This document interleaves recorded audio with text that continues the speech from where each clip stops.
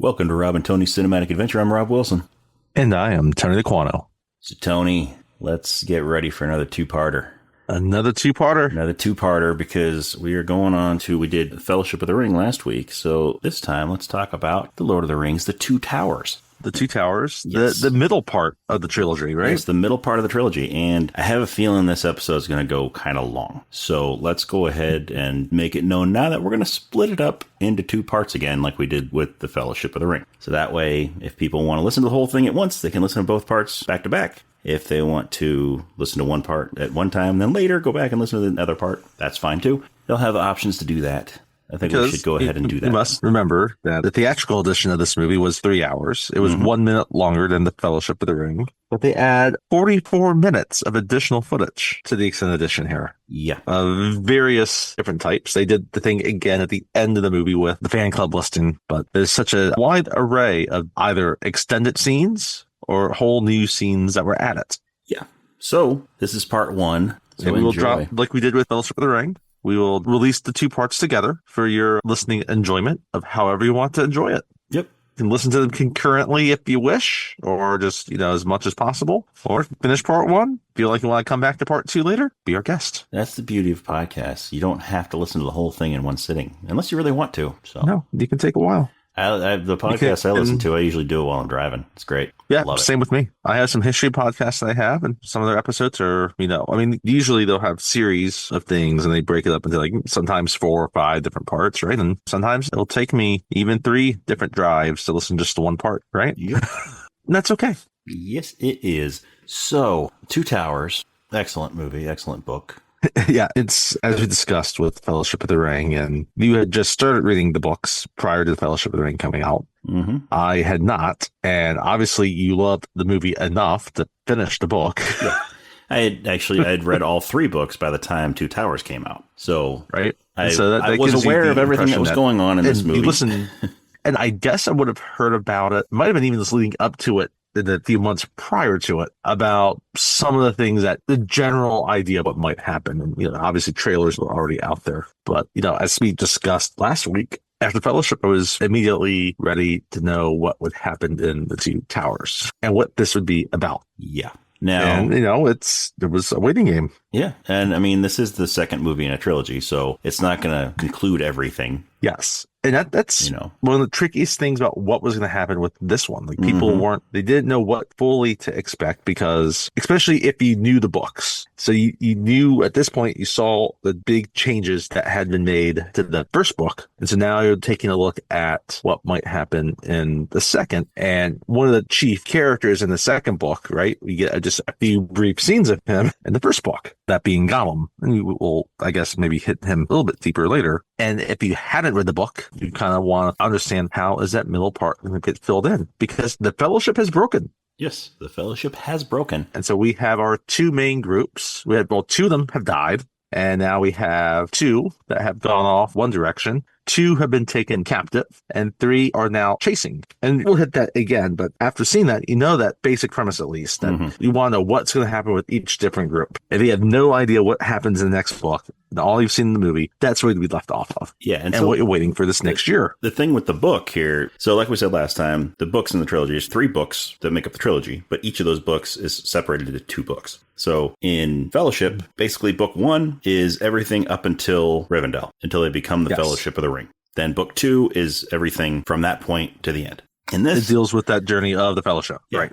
In Two Towers in the book, you have, because at the end of Fellowship, the group got split up. Yes. And then we have book 1 is about one group, and book 2 is about the other group. And so I like the way that they did it with the movies, because the way that they're set up, you're reading all about one group and then you're reading all about the other group. So things are happening in the 2 halves of that book at the same time as the things are happening in the other half. So, and Tolkien, so some of these once things, you're reading the second part, he gives you kind of clues about how the things line up in terms of the timeline. Yes. So you at least have a good sense of, okay, well, while this was happening, remember that thing you read like 200 pages ago? That's happening right now also. Yeah, he does a good job of that, of making sure that the time frame of everything. But I like what Peter Jackson did, because that's very hard to make a movie that way. Because movies, when you're cutting between groups and all that throughout the whole movie, you like to try to put the things that are happening at the same time. Scene here, then the immediate scene, next one is the one that's going on right then. So some of the stuff, it would have been hard to jump like that. Yeah, like half the movie being one group and half the movie being the other group. Yeah, so there are a few things. TV show, happen. Right? You can have an episode that focuses on one group. Yes, and then the next episode focuses on another group. Yes, absolutely. Yeah, but I mean that's just because you have more time to follow the TV show than you do a movie, so you can play around with it like that. But yeah, so some of the things that were in the book for Two Towers are not in the movie for Two Towers because they're going on at the same time as some of the stuff that went on in Return of the King. The book. Yes. So those things are pushed back to the Return of the King movie. And some of that is also a result of some major stuff they do to trim the book of Return of the King for the movie. Yes. To allow certain characters to have more space in Return of the King to do what needs to happen. Yeah. Now, they do kind of, like, at least the book. Again, we have 3 groups, right? But, the book will end up pairing the group of Merry and Pippin with the story of Legolas, Aragorn, and Gimli, because they're chasing after them, right? And they're in the same region. That kind of takes the episodic kind of approach where one chapter focuses on the one group, and the other chapter kind of focuses on the other group, and it goes kind of back and forth like that, and that works in that sense. Yes, because you still have that sense of the linear timeline to get kind of that progression one after the other, right? You understand that that's going on together. Yeah. And then book 2 of the Two Towers is, focusing on Frodo and Sam. Which is kind of fun.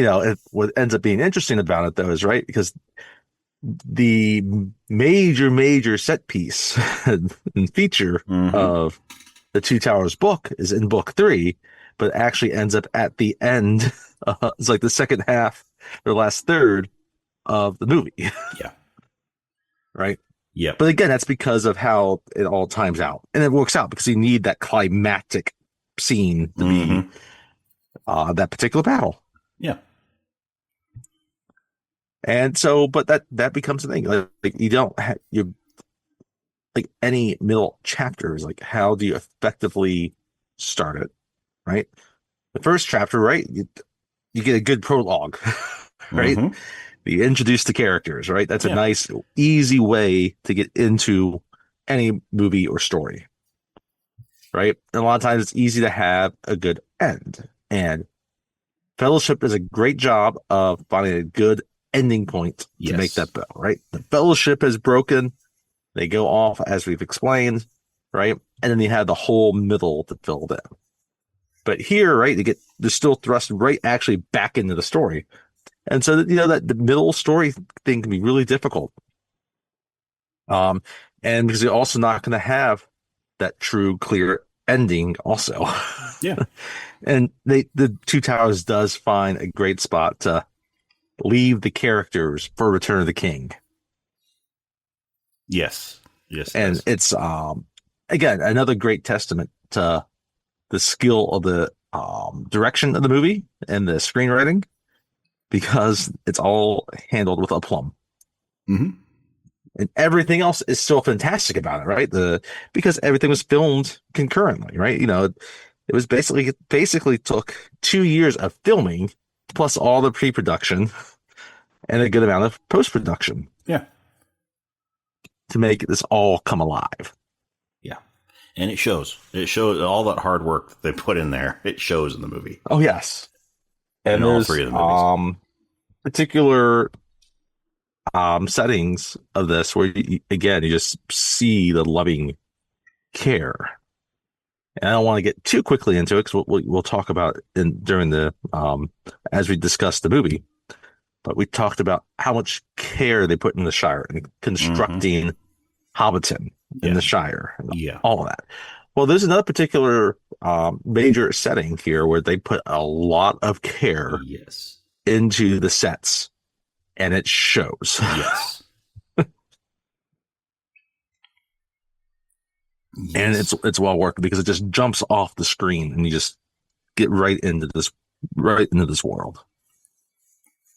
And it's all the better for it. Yeah. And uh it's also interesting, it's funny, we talk about, okay, the first movie has all these orcs, it's got wizards, and it's got this Balrog creature, but I think some of the big fantasy elements that almost can be kind of harder to put on the screen, like the Ents, which we'll Mm-hmm. talk about in this Yep. movie extensively, Yes, we will.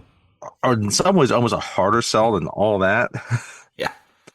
But they sold it. They And did. maybe that's because they built up all the goodwill from the first movie Mm-hmm. and everything around it.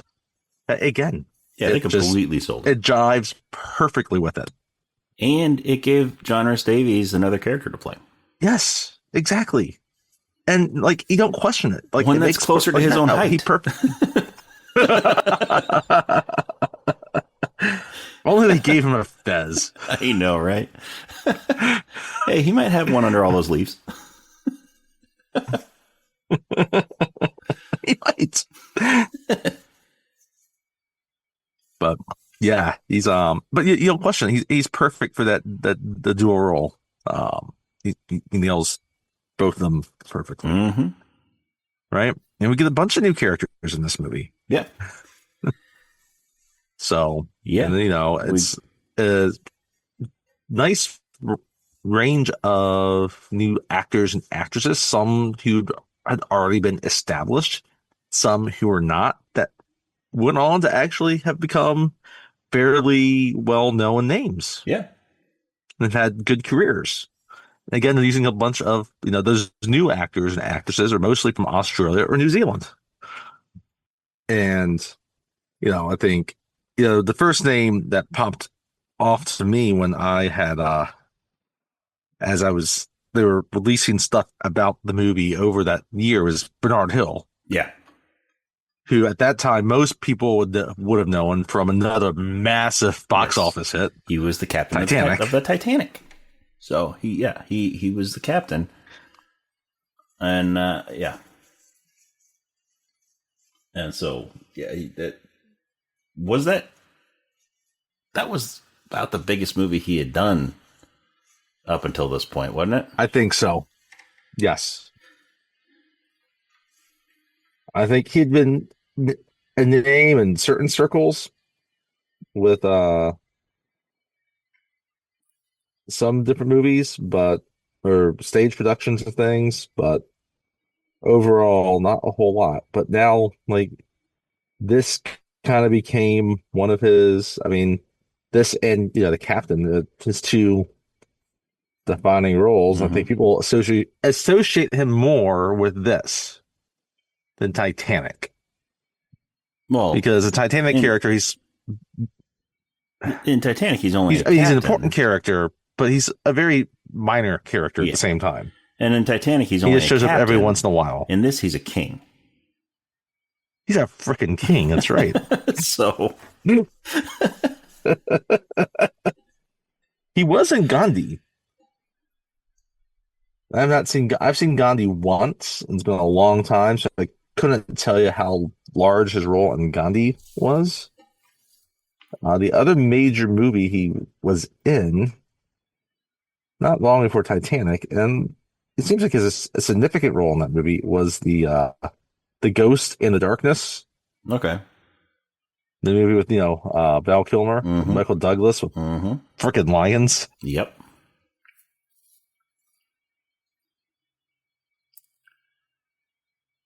Oh, I had no idea he was in Wimbledon. Wimbledon? Yes. With Kirsten Dunst? Yes. That Wimbledon? That would be the Wimbledon. Wow.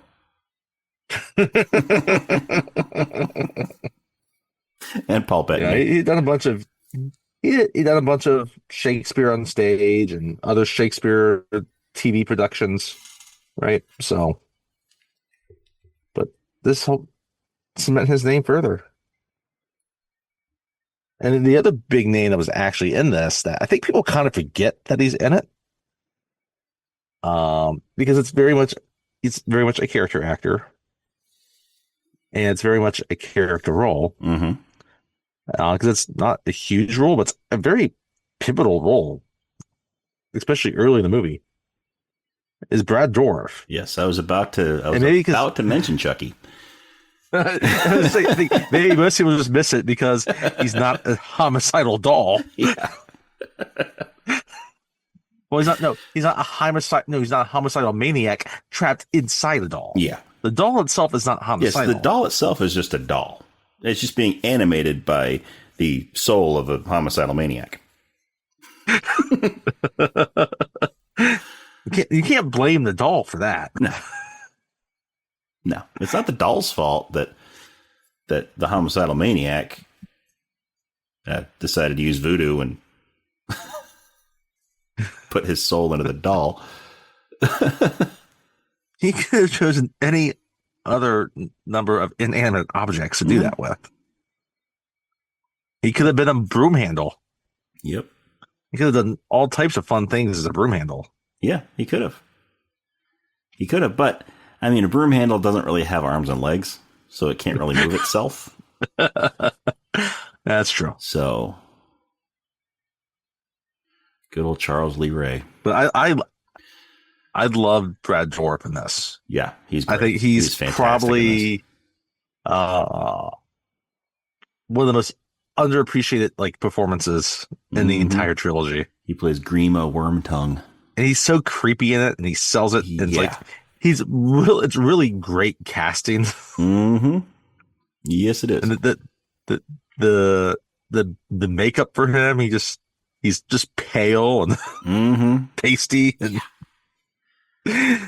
he's balding and got oily, thin, wiry hair. Yeah, he's got kind of a hunch. He's always sort of hunched over. Seems like he's perpetually just he probably has never showered. He's never bathed. No, I was going to say, you can tell he might actually just poop in his pants. Yeah. I mean, he's probably called Wormtongue because he probably has worms living on his tongue. Because he's just so I feel bad for Miranda Otto because then he starts coming on her. Mm-hmm. Yeah, he's like getting right up in her face, and we'll hit that scene, but yeah, it's he's brilliant. And then it's the movie that helped introduce us to Carl Urban. Yes, Carl Urban, strangely enough, has a fairly sizable role in this movie, and most of the new characters, right, when they're getting their credit byline, just have their name by themselves, like Brad Dourif does, and Bernard Hill. I mean, they were larger, so that makes sense. But he doesn't. He gets his with two other people. Yeah, even though he's one of the first new characters we get introduced to, and he has. He's got a significant little part of a role in the first part of the movie. And I mean, granted, we don't see we do see him for one scene after that, and then not again to the end. But he's, I guess in Return of the King, he's even more prominent. Yeah. But yeah, I mean, in this one, he's missing from a good chunk of the movie. Yes. Well, he gets banished. Yes. Not to spoil anything, but Miranda Otto, right? Again, this is her kind of introduction, right? Is this trilogy, or for her, really? She's in two parts of the movie. After this, she went on to play Tom Cruise's ex-wife in War of the Worlds. Yes. David Wenham. He would go on and be in the Van Helsing movie. Yes, he would go on and be in the Van Helsing movie. He was the one who made all of Van Helsing's weapons. He's in the second part of this movie, but he gets his own featured line. Then we have. He's not in the theatrical cut. We get introduced to a major character in the third movie. He has a significant one of the most significant additions of the movie, but that's John Noble, Yes. who recently passed away. Yeah. But he wasn't that large of a name either. But after this, he would become a regular. You know, he was a guest, not a guest. He was a feature on the series Fringe. Yes. He was one of the main characters on Fringe. I loved his character in that show. Yeah. Like, he was perfect for that role. Very different than this role. Yes. Yes. And then we get somewhat, we mentioned him in the first one, but now he really gets featured in this is Andy Serkis as Gollum. Yes. And this ends up being, this is really his breakout here is in Two Towers. Yep. And this is kind of where again, where one of the most significant cultural impacts of the entire trilogy is Gollum. Yes. Not just in terms of he was conceptualized and realized in terms of the motion capture and truly making that an actual reality that it could be used convincingly. Yeah. But also just in terms of people taking the acting end of it seriously, because Andy Serkis is freaking fantastic. Yes. Yes, he is. And it's an absolute crime he was not nominated for an Oscar. Yes. I mean, he's playing two characters. He is playing two characters, yes. He's playing Gollum and Smeagol, which, yes, he is. They're the same character, but they're two different personalities of that character. The movie does a terrific job of just both between the writing, but that's not possible without how awesome his acting is. But then the character design, the visual effects artists help realize all that also. It's just such a team effort to just make it all work and sing and be in harmony. Yeah. And it's hard not to be impressed. We do hear Gollum sing at one point. We do hear him sing. I think we hear him sing a couple different times. I just love the look, his little strands of hair and his spine just popping out of him. And my dad always said that it's like an ape. He looks like James Carville, I could see it. The political operative. Yeah, I could see it. And he does look slightly different in this than he did in Fellowship. Yes, because Fellowship he was just shown briefly, mostly from a distance. Exactly. And so since he was more of a major character in this one, they were able to sort of refine his look between movies, which I think is appropriate. Yeah, me too. Because the first scene that we see him is like the very beginning of that prologue, right? We kind of see him from a distance, right? We see him in Two Towers as he's I'm sorry, we see him in the Mines of Moria, where he's kind of climbing and chasing after them. We kind of get a close up on him, but it's very much kind of his fingers and it's just see his big eyes, right? And the rest of he's in the shadows. And then we kind of see him on the log at the end. Yeah, and he's going and that's down the river. One of the small little extra scenes from from Fellowship is just on the water as they're after they've left Lothlorien. But now, I mean, we spend most great chunk of this movie, with Gollum, and the rest of the movie, Return of the King too, which we'll obviously talk about. Right, but it's funny. Like he for a while there, that's what he was making a large part of his career on was motion capture. He's now doing some directing movies, right? He is. Like Venom, Let There Be Carnage, right? One of the Jungle Book sequels. So yeah, then he's also doing a little bit of actual like on-screen acting too, not mocap stuff, but actually playing a live-action character. Well, he was in 13 going on 30. He was. Okay, he was in 13 going on 30. He was, but none of us knew who he was at that time. Capture.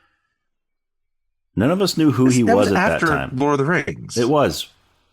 That was after this, though. It was, wasn't it? Never mind. Yes. I stand corrected. That was 2004. Yeah, so it was right after Lord of the Rings. We finally got to put an actual picture to his face. Yeah. Yeah, that's right. It's been a while since I've seen that movie. I know you love it, but it's been a while since I've seen it. Yes, I do. I will not apologize for my love of that movie. Hey, I enjoyed it. Okay. Mark Ruffalo's great in it. He was also in Topsy Turvy, which is a British film from '99 that I recall. 24-Hour Party People, right? And then of course he played King Kong with more motion capture, right? He goes from a scrawny little, tortured creature to playing a giant ape. Yeah. And he played Supreme Leader Snoke in the Star Wars sequels. Yes.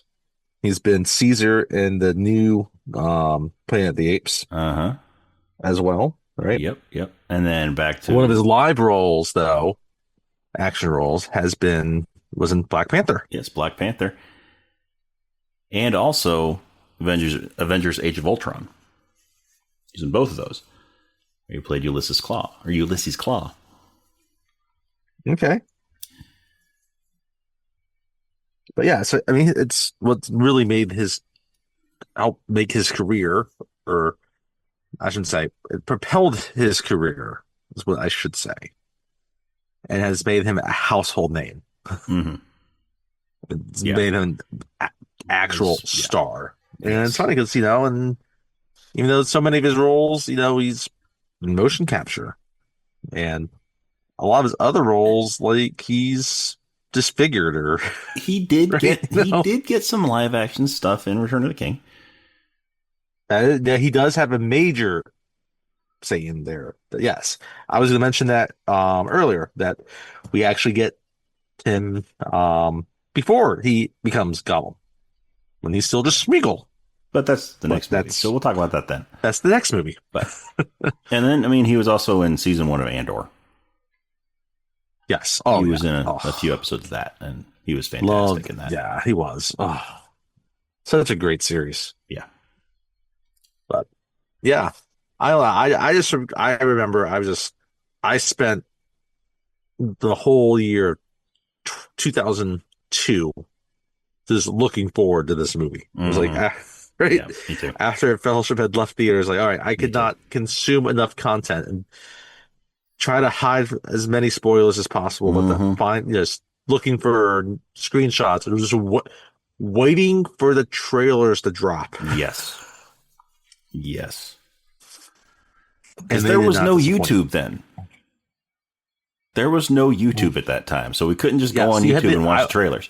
I would wait, and they would release it on the One Ring the Lord of the Rings.net was LordoftheRings.net was like the official website for the movies. And I would just wait, and once I did, and watched it, I just kept watching it. But then, like some different fan sites, who went to the right, or who went on the right boards, right? Someone would leak a copy of it, right? And so they would get it a few days before they actually dropped it, and that's how you would have to watch it, right? Yeah. So yeah, YouTube was still a few years away. Yeah, YouTube didn't come out until 2005.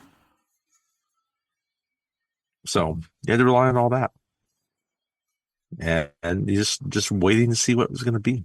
And I heard different aspects of the story that would happen. The major thing I heard is how that Gollum would become a critical character in the book, or the movie, the story, we should say. Was that was probably the biggest thing I knew going in that I should expect Gollum to be a major character. They didn't shy away from that in the trailers either. So yeah. Yeah, I remember that year leading up to this movie, I was working at Dick's Sporting Goods selling shoes. And so back in the footwear department, they had that big screen up on the wall, the big TV. Yeah. And I remember occasionally, I'd be there, working, and I'd look up and the trailer for this movie was playing on that giant screen. So I'd take a minute and I'd watch it. It's such a well put together trailer. And I'd go and sell some more shoes. I can still visualize. I can still visualize most of that trailer too. Yep. Because I watched a lot. Yeah. And then, the time finally came. It was December. Mm-hmm. And I purchased the tickets early so we could have that midnight showing. Yep. Just like the first one, I saw the midnight showing on this one. And yeah, it's just, I miss midnight shows. There's just something about you had to wait to open the theater up at a certain time, right? So first you're just kind of waiting outside the theater. Yep. Because you already have your ticket, but you want to be in a good position in line. So you have there were very seat that you want. Yeah, there were very few theaters that did assigned seatings at that time. Yeah, so it was first come, first served at most theaters. So yeah. And the ones that did was not the entire theater. And the seats that were reserved, you had to pay a lot more. Yeah. at that time, we were teenagers. Yeah. Yeah. Mom and dad weren't gonna, Yeah. say, oh, all right. No. You get what seat you get. Yeah. You at least have stadium seating.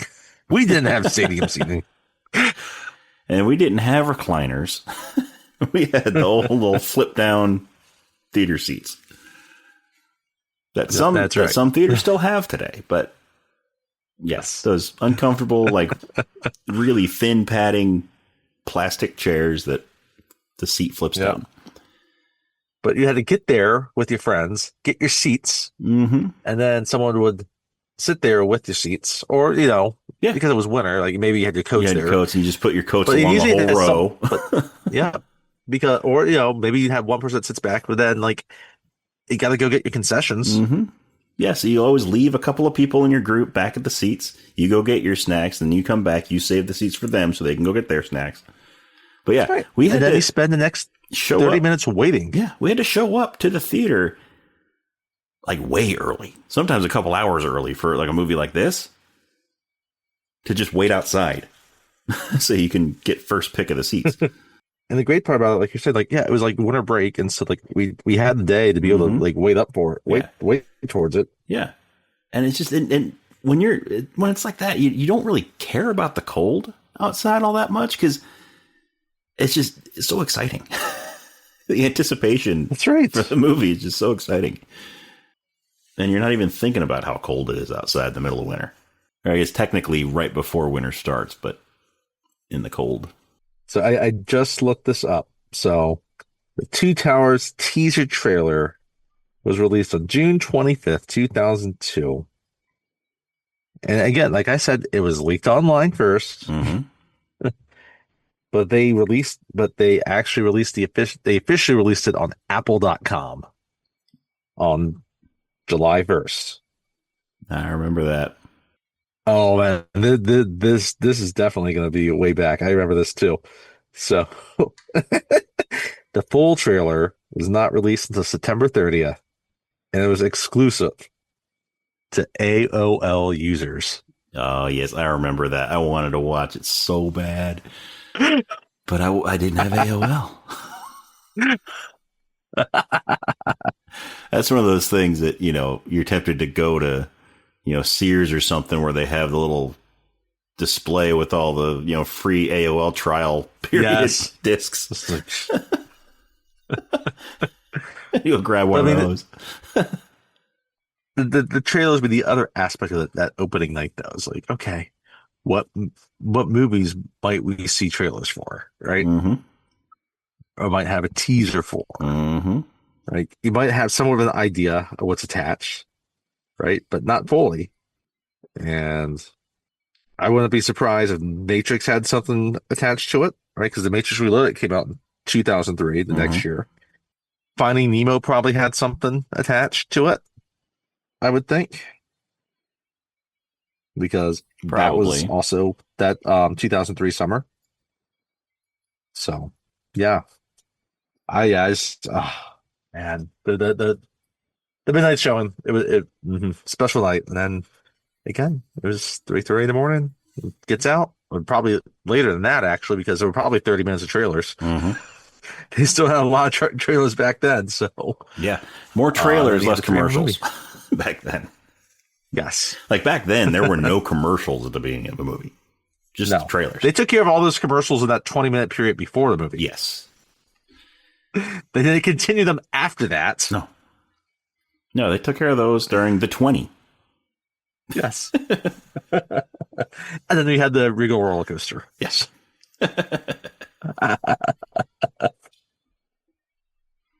Yeah, and then you know, no surprise, I ended up loving Two Towers though, and I saw it not 8 times, but 9 times at the theater.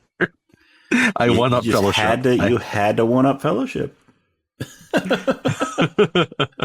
I don't know how many times I saw this one in the theater, but I know I saw Fellowship more times in the theater than I saw this one. Not that I didn't love this movie, I loved it. I just It's just how things work. It's just how it worked. Yeah, I had more opportunities to see Yeah. Fellowship than I did to see Two Towers. And then had to wait another year until Return of the King, Mm-hmm. which I was eagerly awaiting Yep. because this was just another just terrific movie, and I've again watched it countless times since. Mm-hmm. Uh, and I'm excited for next month when they'll be re-released in theaters. Yes, and they're re-releasing the extended cuts too. I know. And it's funny, like I was wondering if they would do it because it is the 25th anniversary, Mhm. right? Have they ever But released the extended cuts in theater? They did it as a special event when The Hobbit came out. That's right. Yeah. Okay. So I'm awaiting it because yeah, and I thought they would do it really more towards the end of the year, but since technically the 25th anniversary is not until the end of 2026, like a year from now.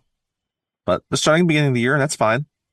I kind of get it from the theater's perspective that it's January. Yeah, it's January. It can kind of be a dead time for movies. Yeah, so you put out some huge movies like this, huge anniversary releases, and bring people to the theater. So,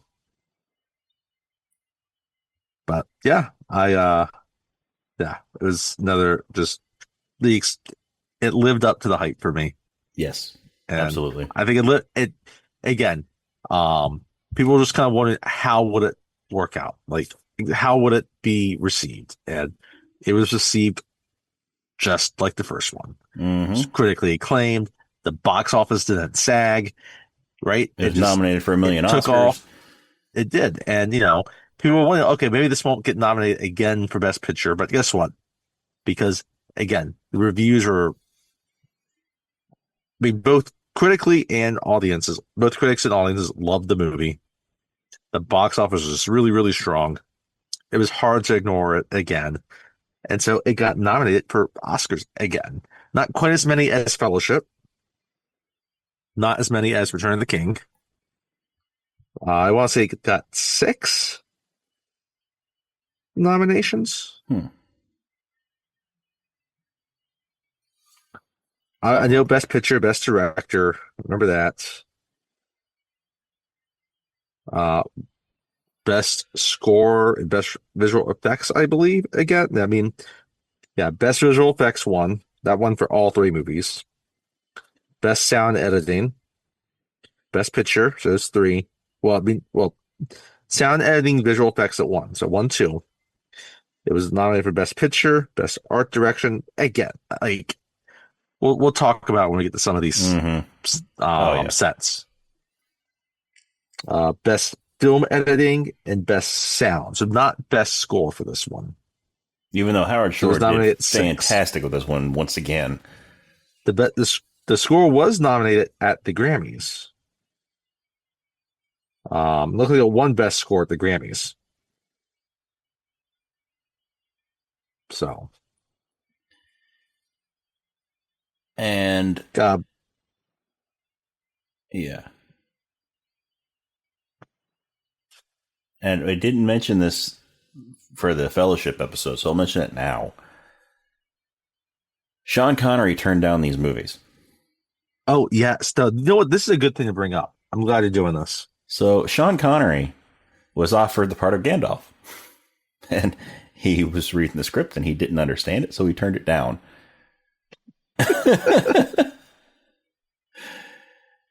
And what are these things called? Hobbits? I don't get this. He didn't understand the script, so he turned it down. And you know, would it have been, because they started working on this years earlier. So would he have gotten this script before the Matrix script, or would he have gotten the Matrix first?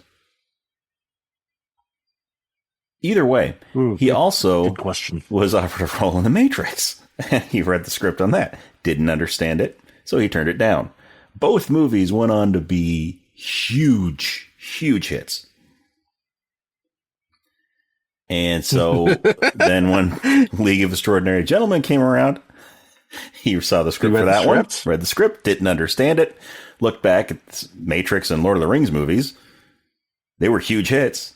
So he took that one. He's like, son of a bitch. And that was I should take this one. And that was the last movie role before he retired.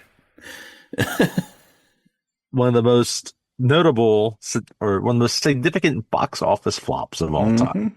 Even though I enjoyed it, it's one of those movies. However bad it is, it's still enjoyable.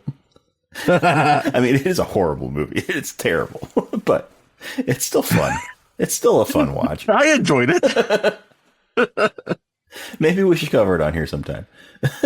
I've never seen it, so there's always a certain enjoyable aspect of that.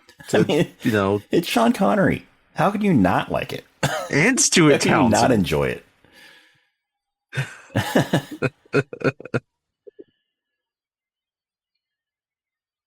Stephen Norrington directed it. I mean, come on. Mm-hmm. The guy who directed the first Blade movie.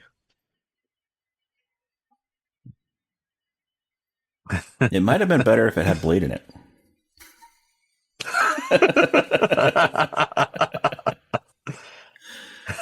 I thought you were talking Two Towers might have been better with Blade. Well, I mean, just trying to figure out might have been. Wesley Snipes would figure it might have been. Middle Earth. Can you imagine Blade at Helm's Deep?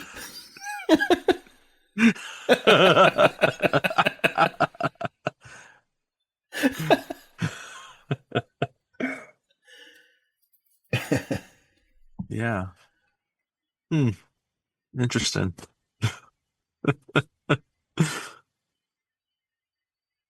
It's a great movie, and poor Sean Connery turned it down. I guess would he have been Gandalf? I think I read somewhere that he was offered Gandalf. Well, you know what? It worked out because I think Ian McKellen Ian McKellen was perfect for Gandalf. Yeah, Ian McKellen was absolutely perfect for Gandalf. If Sean Connery played Gandalf, he would have been seducing the dwarf wives. Yes.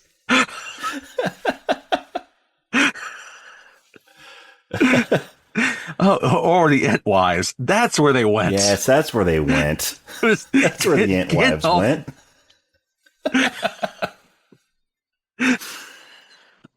A wizard is never late, nor is he early. He arrives just when he means to.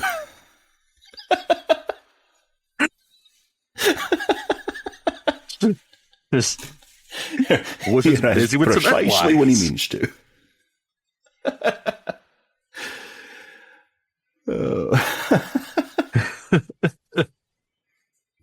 But Fly, I also you think fools.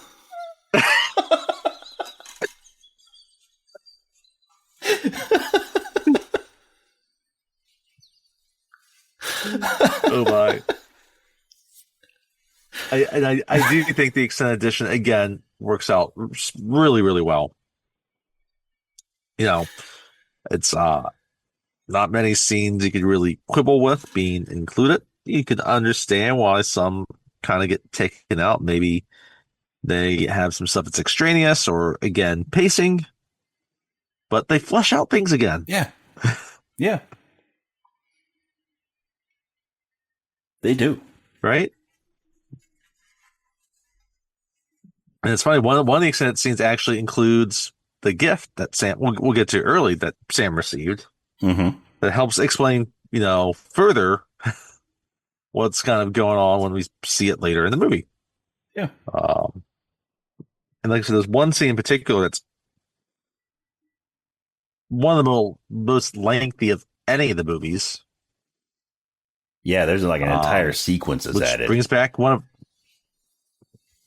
which brings out a character that's, brings back Sean Bean, mm-hmm.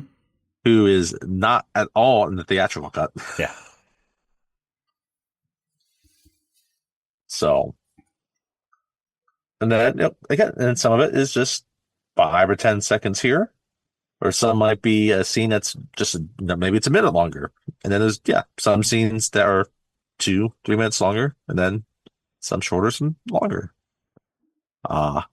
And there's a few of them I just really, really love, and again, I think some of them just really help deepen your love of the world that's created. Yeah. Particularly with the Ents. It does a great job of just diving deeper into that Tolkien mythology and lore.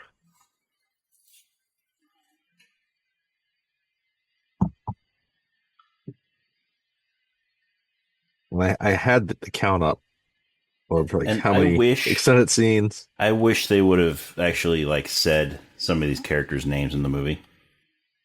Oh, I know. There's so many great names in this movie. Like Alistair Browning plays Damrod.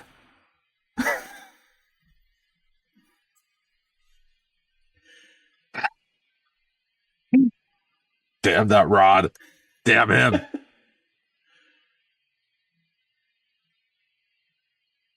We have some child actors, Billy Jackson and Katherine Jackson, who both play cute Rohan refugee child. Yes, they get them nice names. Mm-hmm. And it's not cute Rohan refugee child 1 and cute Rohan refugee child 2. They're both just named cute Rohan refugee child. So, I mean, I'm guessing they don't play the same one. No, I don't think so. I mean, they do bring some of the lesser character names are directly in from the books, like Uglok. Mm-hmm.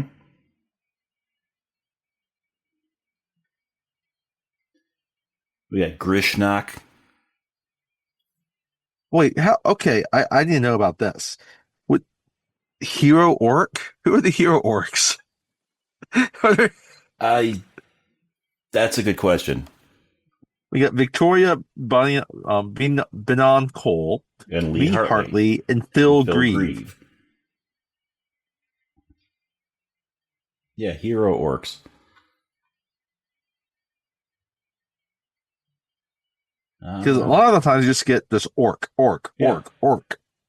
Here's a guy. Oh my! Look at this guy, Robert James Pollock Bennett. plays Mordor orc.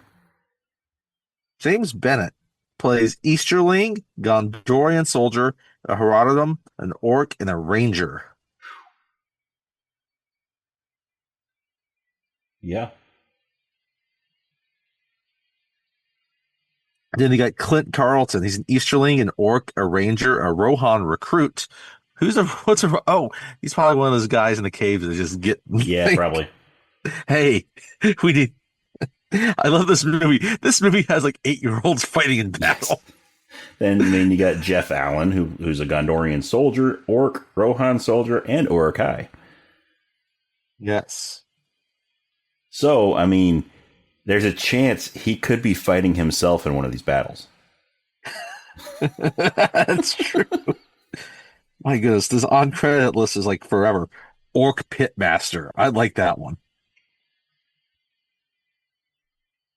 Like Greg Lane. Okay, here's Greg Lane. We'll talk about Greg Lane later as Berserker Torchbearer. Mm-hmm. Like, come on. Like, you had one of the most pivotal roles in the entire movie. Mm-hmm. Then here we got Grant Baben. Legolas suddenly shoots. What was that? Grant Baben. He played Gondorian, Orc, Ranger, Rohan Soldier, and Urukai. 5 different characters. Okay. Oh. We have Viggo Mortensen's son in this, Henry, playing one of the recruits. Here's another cute Rohan refugee child, played by Riley Brophy. This is Eisen. Yeah. Hey. Oh. You talked about Clint Carlton, right? Yes. You mentioned him, right? Yeah. Because I think he's got everybody else beat. Yes, he does. He's got like 6 roles. He's got 7 roles. Was it 7? 7.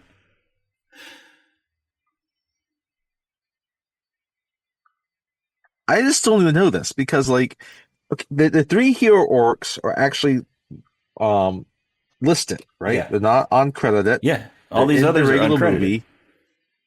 So, like, who are the hero orcs? I didn't even know this. Maybe they're the orcs that are most focused on. You know, that's all I could really think of. That maybe they're the ones in in the group toward the beginning that are the most vocal. Was the best thing. That was the best thing I could think about is that they decided, this is going to bug me, but that's okay. Jed Brophy plays Sharku and Snaga. Oh, there we go. 2 great names. Great names. Then we also have Man-Flesh Uruk. Well, that was the next one I was going to bring was Man-Flesh Uruk. I can't. We'll talk about Man-Flesh Uruk soon.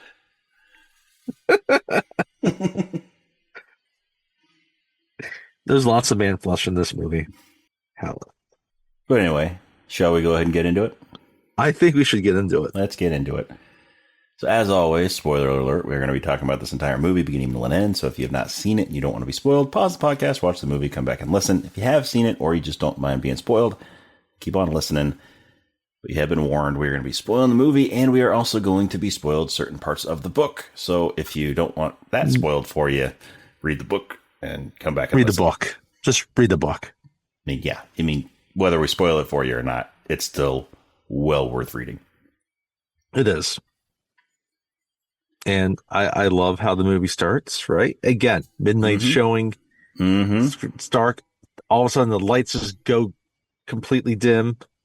And you get the music starting, and the New Line logo just comes up, right? The little film reels, they fall into place. Then you get Lord of the Rings going up there, just like in the first one, just like in the Fellowship. Yep. You have Lord of the Rings showing up. You get the music comes up, right? Just like the first one, right? And then it cuts into a scene, and this time we don't start with a voiceover. Nope, we start with a helicopter shot flying over the mountains. Yep, we got these snow-capped mountains, right? We don't hear anything at first. The music's just kind of playing over it. And it's the shots, panning around those mountains. And then as we pan over the mountains, then we start hearing, sort of in the distance, we hear Gandalf yelling at the Balrog. Yes. When they're in Moria. Right. Doing the whole, you slowly shall not pass. It slowly kind of gets louder, right?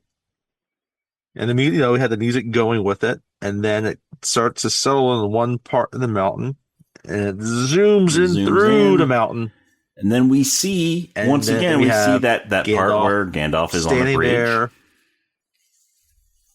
And yeah. Yep. We see him standing there. You shall not pass.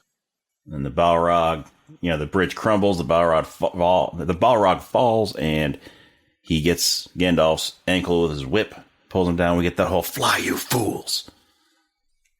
And then, but this time we don't get to see him say no. We don't. Because this time, rather than following the rest of the Fellowship out of the cave, we follow Gandalf down. Right. And if you noticed in the Fellowship, when they show it, when he falls back after he drops, he falls into he's like cross as a cross, cruciform form, right? But he quickly gets himself back around to where he's now diving, diving like a skydiver is going straight down before they would pull the cord. They want to accelerate their speed, right? And he's accelerating for a couple of reasons. One, his sword had fallen out of his hand, so he's got to catch up to that. Yes, he's got to catch up to the sword. But also, he's accelerating because the Balrog is farther down than he is. Yes, he had to catch up to the Balrog, and the Balrog is just tumbling all around down there, right? Yeah. And now the music is getting faster and more serious, right? And he gets his sword, right? And so now he's going down further, and he captures up with the Balrog. Yeah, and he grabs him, and he starts slashing at him. And he starts riding him like he's Tony, like Bruce Willis or John McClane rides Tony in Die Hard. Yeah, he starts riding him down the pit like a sled.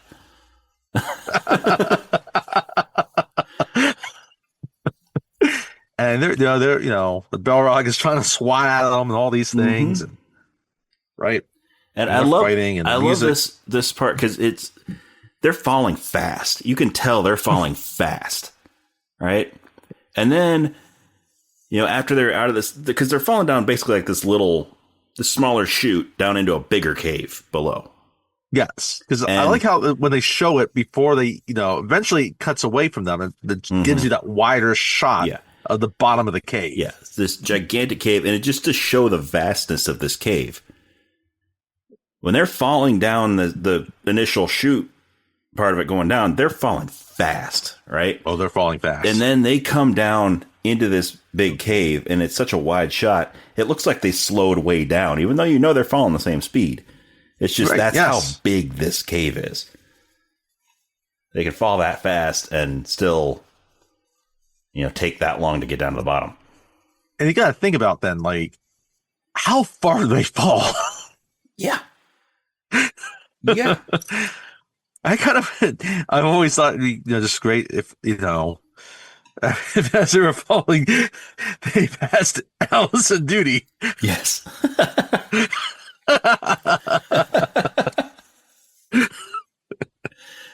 They pass the Grail, and then they pass Allison Duty. But it cuts back closer to them as as the Balrog is being used as a sled. As it gets them as they hit the water, it does a quick cut, and Frodo sits up and just yells, "Gandalf!" Mm-hmm. And this wakes up Sam. And Sam's concerned about Mr. Frodo. And Sam's like, "Are you dreaming about Gandalf again?" It's it's just a dream. And they go back to sleep, right? And so it cuts to the next morning, they're walking. And this is now when we actually get the two towers, font come up. The two towers. Right? And they are climbing down a cliff with the rope that Sam received from Galadriel. Yes. They've got it tied around a big rock at the top of the cliff. And they climb down and they get on the bottom. They can't see the bottom. Yeah, they can't see the bottom because there's just fog everywhere. It's foggy. Yeah. And Frodo starts to slip. Now, this scene is one of the additions to the extended edition. Yeah. This is not in the theatrical cut. So they, Frodo starts to slip and he falls And Sam thinks that he's falling to his death. But luckily for Frodo, the ground is just a few feet below him. So he just falls into the fog, disappears in the fog, then he's just on the ground. Sam had dropped a little box as well. Oh, yes, that too. And as Frodo was catching it, that's also right. When he loses his balance. Sam had a little box that fell. Loses his grip. That's what caused Frodo to lose his grip. He caught the box, and then he fell. And then he calls up to Sam. He's like, I found the bottom. Yep. It was just like 2 feet below him. Yeah. So Sam climbs down the rest of the way, and then Sam laments because it was such a nice elvish rope. And he's going to have to leave it there. Lady Galadriel gave me that. And, and Frodo's like, well, get it down. It's like, we can't get it down. I used one of my knots on it. I tied that knot. It's not coming loose. And they just give the rope just a slight tug. A small little tug. And it shows from the top of the cliff on the rock where the knot is. And it just comes untied and the rope falls down to him. One of those fancy elvish ropes. All straight down to them. And that's what, and like, yeah, Frodo looks like real elvish rope. And then he's like, so, like, what's in that box? He's like, oh, well, just a little bitty seasoning. I thought I'd bring a little bit of home, so some herbs, seasoning from home, some salt. Yeah, like, why would he need that? Well, we might roast a chicken. Frodo's like, roast a chicken? It's like, it could happen.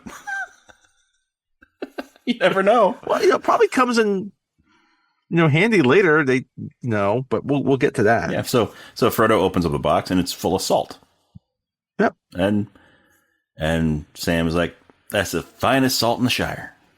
Yep. And Frodo has a nice little smile here. Mm-hmm. Right? Because it's a piece of home. Yeah. And after this, we're not going to see Frodo smile for much of this movie. No, we're not. And, that's the thing about this movie. Like, it's like, okay, the Fellowship, there's a lot of danger in the Fellowship. Mm-hmm. Right? Mm-hmm. But it's not a sad movie. No. There's a lot of sadness to this movie. Yes, there is.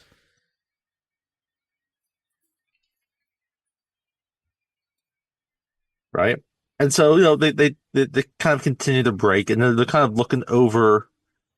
I guess it kind of cuts to what the initial first scene would be after all this, where they're looking out over this huge labyrinth of rocks, which Gimli refers to briefly in Fellowship. Mm-hmm. And they can see Mordor off in the distance. Right? And I think we're lost. Sam says, I think we've lost Mr. Frodo, right?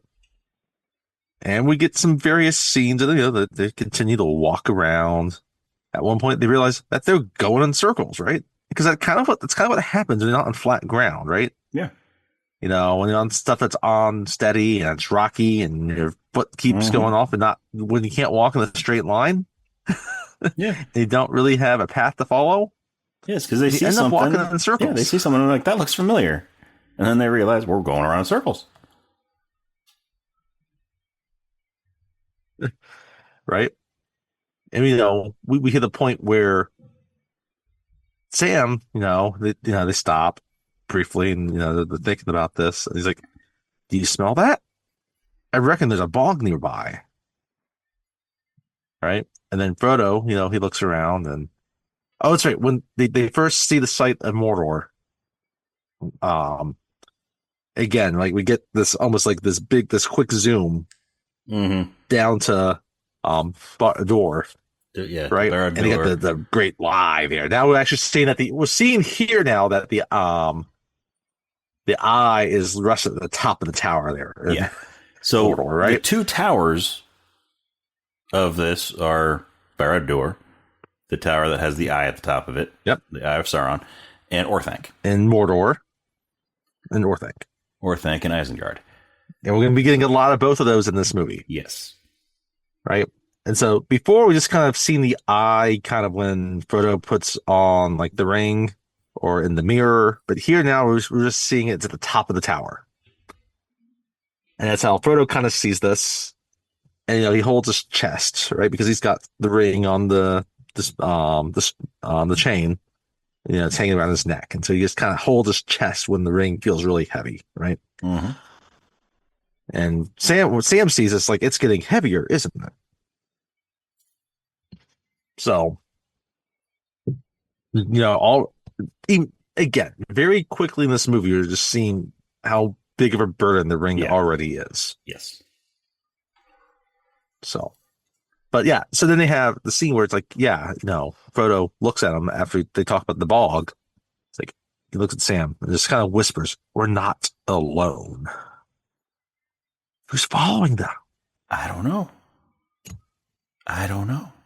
Who could it be? Is it Chuck Norris?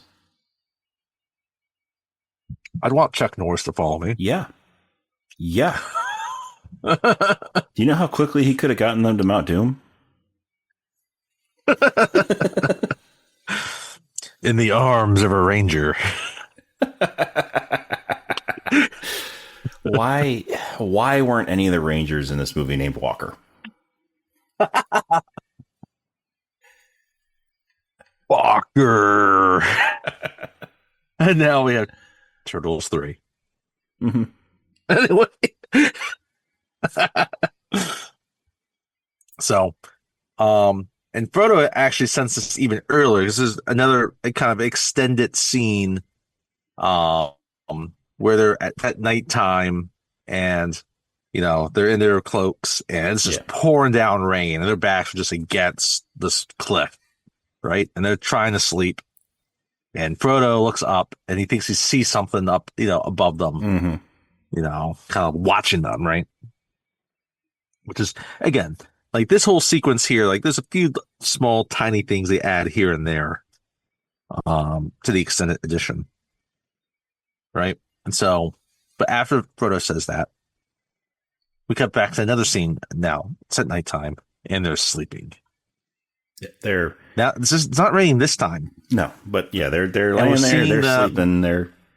Now they're actually sleeping on the ground. They're not, hunched up against the wall face, right? The cliff face. They're just laying down on the ground. And then we start hearing a voice. Yep. It's a tortured voice that's not happy. It sounds a lot like Andy Serkis. It sounds a lot like Andy Serkis. Now, in 2002, you might not have thought, that sounds like Andy Serkis.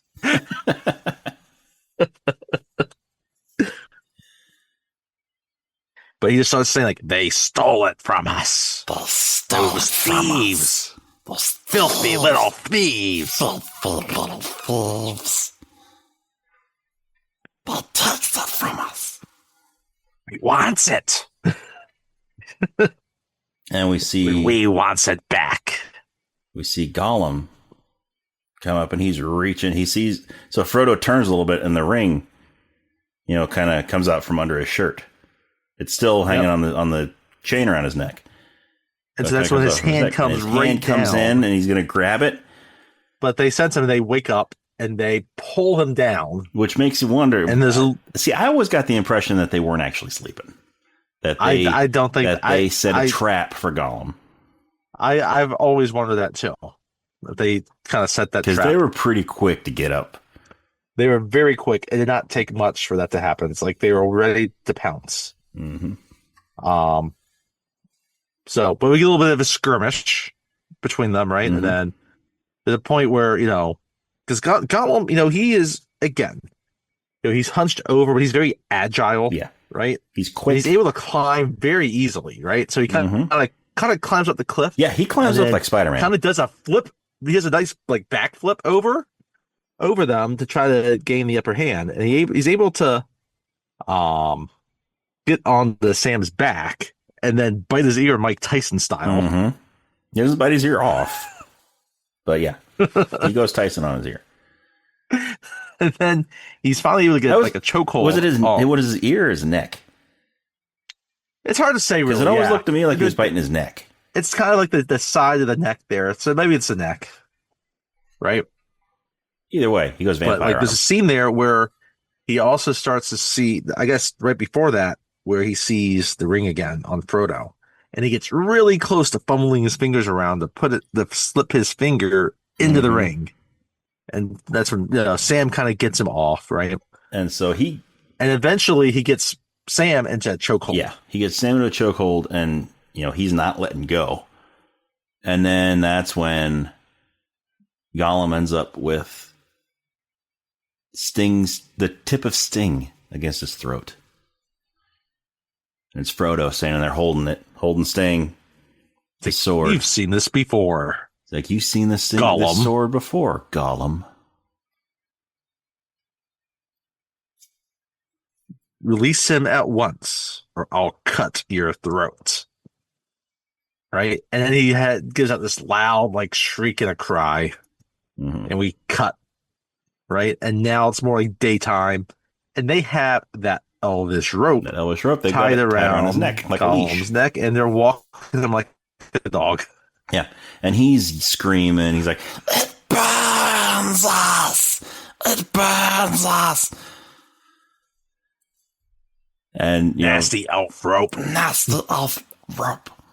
And so the elvish rope, because Gollum is, evil, the elvish rope burns him. Yes. So is the food. Oh, we missed a scene earlier too where they ate some lembas bread because they're hungry. Yeah. And Sam talks about how he doesn't often take to foreign food, but this elvish stuff isn't that bad. Yeah, but this elvish stuff isn't bad, because he's looking through his bag and he's like, let's see, what do we have? Lembas bread and more lembas bread.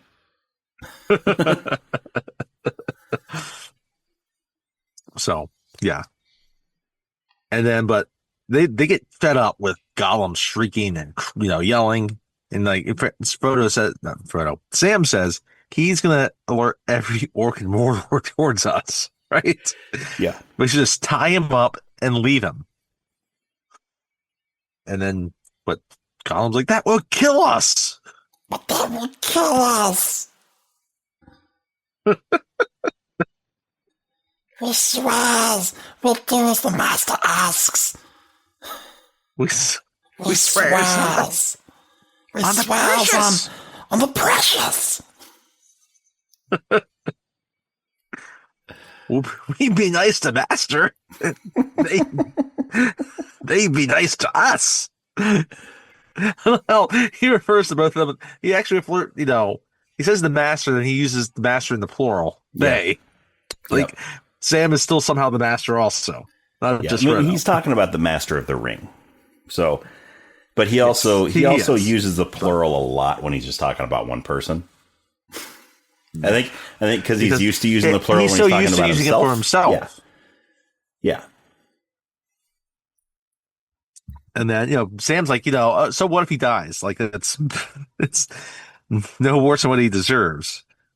And then Frodo has a heart. Yes, Frodo has heart. It's like, maybe he does deserve He realizes, he die. But because we get a quick flashback to Gandalf when they first got into Moria. He thinks about He thinks about that conversation he had with Gandalf. Thinks about, about the pity of Bilbo. Mm-hmm. And it's like, I do pity him. Yeah. So he walks over and he unties the rope from Gollum's neck. Yep. And he looks at him and is like, do you know the way to Mordor? And, he just nods his head. Like, could you lead us there? He nods his head. It's like, they end up to some agreement that Gollum will lead them to the Black Gate. He will lead them to the Black Gate. Which the Black Gate is the entrance to and Mordor. Then it cuts. So now we have the entrance to Mordor. That's right. So that's, again, we talked about earlier, right? We, as you already should know as well, that we have the three groups, right? Mm-hmm. And Sam and Frodo are one of them, and now we've caught back up with them. We've been introduced to them, right? So the next group we have to go into is we're following the orcs and the Uruk-hai. It's Merry and Pippin. Yeah, they're carrying Merry and Pippin. They're running, right? Now, what I like about this, right? So we talked about how we have Lurtz was like the commander of them in Fellowship of the Ring, but Aragorn decapitated him. Yeah. Yeah. After he killed Boromir. So, right. And so Merry and Pippin, like they're still in the backs, and now looks like they kind of beaten up Merry a bit because he's got cut on his head. He's kind of bruised, and he's which was not there when we saw him last. No. And he's complaining about being thirsty. He wants water, so they give him some orc juice or drops or whatever it is, and I wouldn't be surprised if it was a colostomy bag that they just dumped in his mouth. It kind of looks like it. They can't stop. And so Pippin starts complaining that no, give him water, give him water. And they're like, shut up, or you get some of this too. I was like, do you want some too? Right. Now, this is kind of where it ends, mostly where it ends in the theatrical cut. This gets slightly extended here in the extended cut, the extended edition. And you get this, they play it, it's played out a lot in the book, right? And they play with it a bit here in the movies. This tension between kind of the mortal orcs and the orcs of Isengard. Yeah. Right. So the orcs are this other band of orcs come up and like, they're growing impatient. We need to get back, essentially, right? It's like, and then the new leader of the orcs here is like, Saruman will have his prize, right? So, they kind of have a little spat, right? But then this other one stops and he starts sniffing the air. Yeah. And we referenced this guy not too long ago. And the guy looks at him and is like, what is it? He's like, man flesh. Man flesh. They picked up our trail. And so now they all know they have to move faster, right? But part of this argument was the orcs are getting hungry. They ran out of meat a while ago. Yes. And so they're saying, we could eat the hobbits. Yes. And, the Uruk-hai are like, no, we got to get the hobbits. We were told to bring them unspoiled. Unspoiled. And so then you get the whole, well, what about their legs? They don't need those. Well, that part comes later. They start talking about eating them here, and they continue the conversation later, at night. Because that's right. Because they talk about the legs. It's a little bit later at night. So, but they kind of get interrupted because, well, they smell man flesh. Smell man flesh, and they got to run. But while they're doing that, Pippin bites his little brooch, the Lorien leaf that is tying, his cloak together. And he gets it off and he spits it on the ground. And you just see the big footsteps just pounding it into the ground, right? Yep. And I like how they play it, right? It's it's a big bass sound as the feet are just stomping on the ground, right? Then it cuts to our other group, Aragorn, Legolas, and Gimli. Yes. Aragorn's just listening to the ground and the vibrations, right? And I love this. There's several scenes in here, and it's very reminiscent. They throw it a lot in the book. You don't get a lot of it in the movies, but how you and I have talked about this before about with Matt Reeves, the Batman. Yes, how it plays really up the detective skills of Batman. I think the extended edition they added. There's a few things with the extended edition where they just do a good job of adding in the tracking skills. Yes, the tracking skills of the Ranger, of Aragorn, the Ranger. Yeah. So, and so then this is also where Aragorn gets a little racist. do tell. Because, they're kind of up at the top of a hill. And while Aragorn is, feeling for vibration on the ground, listening and all that, looking for, tracks and whatnot, Legolas runs up to the edge of the hill. And then Aragorn asks Legolas, "What do your elf eyes see?" Why has he got to specify elf eyes? I mean, come on. Come on, Aragorn. You're better than that. Just because you lived with them and they raised you doesn't give you permission to use the E word. Exactly. That's their word.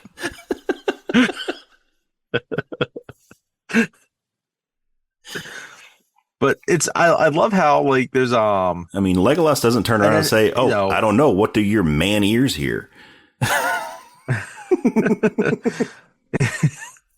Taking the Isengard, they turn northeast, right? And there's this whole sequence where it's they can tell there's some evil gift speed to these creatures that they've never encountered before, right?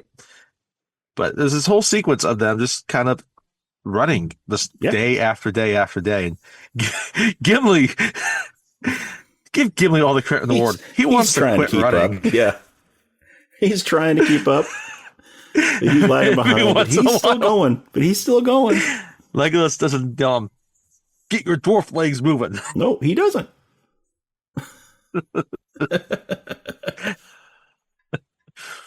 It's I love Gimli's response. He's like, "We dwarfs are wasted on cross country." We're great sprinters, but we're wasted on cross country.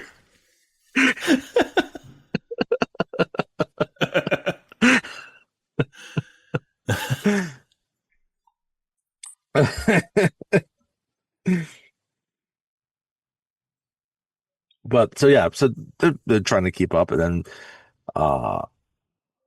they finally reach this clearing, right? Oh no, we don't reach that yet. So we get back to Merry and Pippin, and it's at nighttime. Mm-hmm. It's dark, and they're tired. The York are tired, so they're gonna make camp. And I guess they don't really mention earlier when they were running. They don't really mention them trying to eat the hobbits. I guess that's just now. But yeah, because one of them, he looks there. They're trying to eat dinner. It's like, "We've had nothing but maggoty bread for 3 stinking days." And there's this one pasty looking orc. He's like, "What about them? Mm-hmm. They're fresh." That's when the orc guy is like, "They're not for eating." And then you get the one, and he's like, "Well, what about the legs? They don't need their legs." Then it becomes this whole argument, and the one that's talking about the legs, right? The first one that wanted to eat them, like, "They're fresh," has snuck up from behind, mm-hmm. And he's about to stab one of them, and then a sword comes and cuts his head off. Looks like meat's back on the menu, boys. And then everybody just dogpiles on that orc. No, on the now dead orc, so they can eat him. That guy was that was a smaller orc, mm-hmm. And there's a bunch of them. Yeah, is he really going to feed all of them? Each of them are getting like a half a nibble.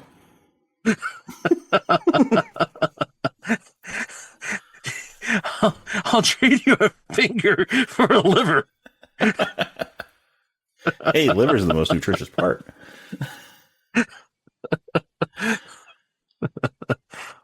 So Merry and Pippin at this time, right, as they're arguing, right, they realize that Pippin realizes that they think they have the ring, and Merry's trying to tell them to shut up, because he's like, "When they find out we don't, we're dinner." Yeah.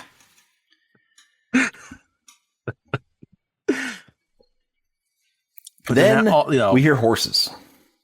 Well, not yet. So, because they are trying to escape. They are trying to escape in that melee, right? But then, as they're going around, and like we don't get to the horses yet because it ends with the scene where it looks like Pippin's about to get trampled by a horse, right? And then it cuts back to our other group of three, and it's a red sky in the morning. Yep. And Legolas just says, "Blood has been spilled this night. It's a red dawn. Wolverines." So they keep going, but then that's when they hear all these horse hooves, right? Earlier, as they entered kind of this area, Aragorn says, "Rohan, like home with the horse lords." Yes, right. Rohan is going to be one of our major settings of this movie. Yes, Rohan is a major, and setting. It is a kingdom of men, settings. And we'll get tell you about these men more as we go on. And here's our first piece of information is that they are horse lords.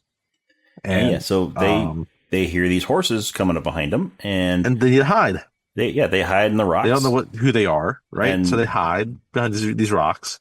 And there's this huge company of them, right? They come up over the hill, and Aragorn sees that they're riders of Rohan. So they come out, and he calls to them. It's like, "Riders of Rohan, what news from the mark?" And then they stop, and they come back, and they encircle our three friends. And Judge Dredd is like,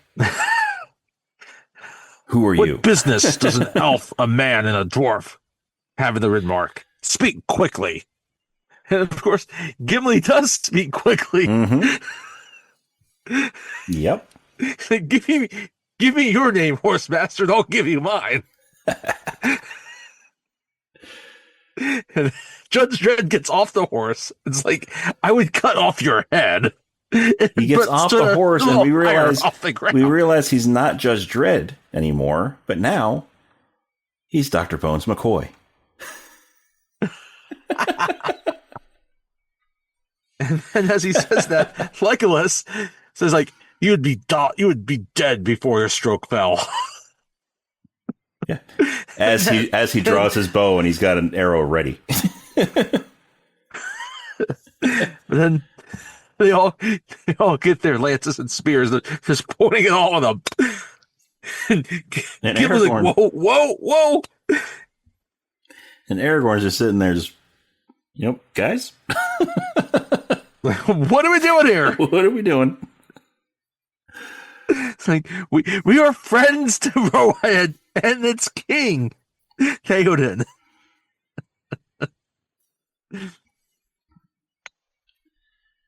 And then, this guy says, "Oh, Theoden no longer recognizes friend and foe, even among his own kin." And we find out that this man is Éomer, played by Carl Urban, nephew of the king. The nephew of King. You've actually already met him in this movie. We haven't mentioned that yet. And we've met the king. We'll talk about that right after this scene.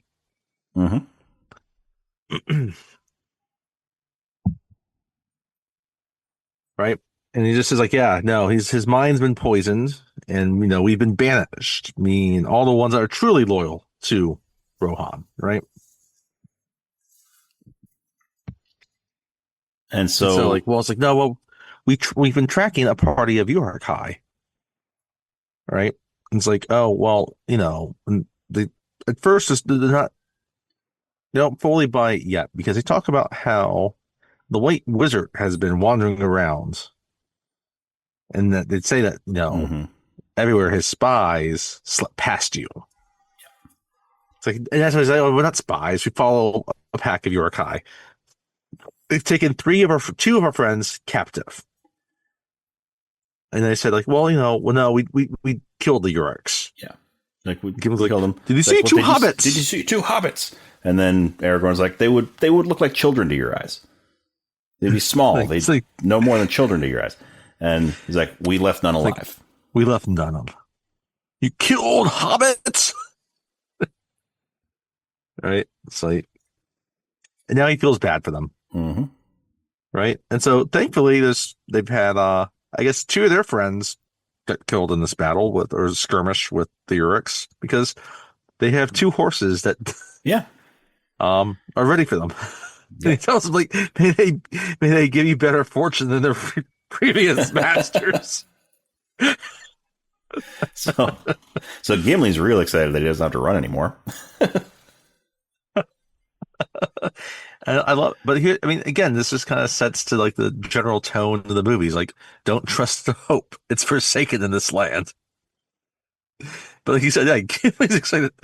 His legs haven't rested in 3 or 4 days, mm-hmm. and he hasn't killed any orcs yet. Right? So they ride over because they point to where they are. You can see still the carcasses kind of smoking. Yeah, because they burned them. Right? You know, they killed them and then piled them up and burned them. So yeah, you can see the smoke coming off of the carcasses. So they ride over there, and then they have one of their heads just on a pike with its tongue sticking out. His tongue sticking out. And they go up and they're digging through. You know, Gimli starts using his axe to dig through the pile of bodies, and he finds part of one of the belts that Galadriel gave one of their wee belts. Yes, one of their belts with the sheath on it for the dagger. And now we don't see the dagger in the belt, though. We don't. But this is enough at the moment to convince them that they have died. And Legolas says a little elvish prayer. Gimli's like, we failed them. Aragorn just gets angry. He gets angry. And there's a helmet there. Helmet. He punts this helmet and breaks his toe. Kicks it. Viggo Mortensen literally breaks his toe when he punts this helmet. Yes, he kicked it wrong and he broke his toe, and so the following scream was real. Yes. So he kicks his helmet. He goes flying away. Probably supposed to scream. Then he's angry, but now he has a true blood-curdling scream, and he drops to his knees. He broke his toe. It's like how Sean Astin slices open his foot when he jumps into the river. Yeah, but he doesn't scream. Fellowship. They didn't have to. He doesn't scream. No. But they actually used his actual scream from breaking his toe. They used that cut. It's used perfect, that take. Right? And yeah. And so as he's crawling around on the ground because he's in intense pain because he just broke a toe. Mm-hmm.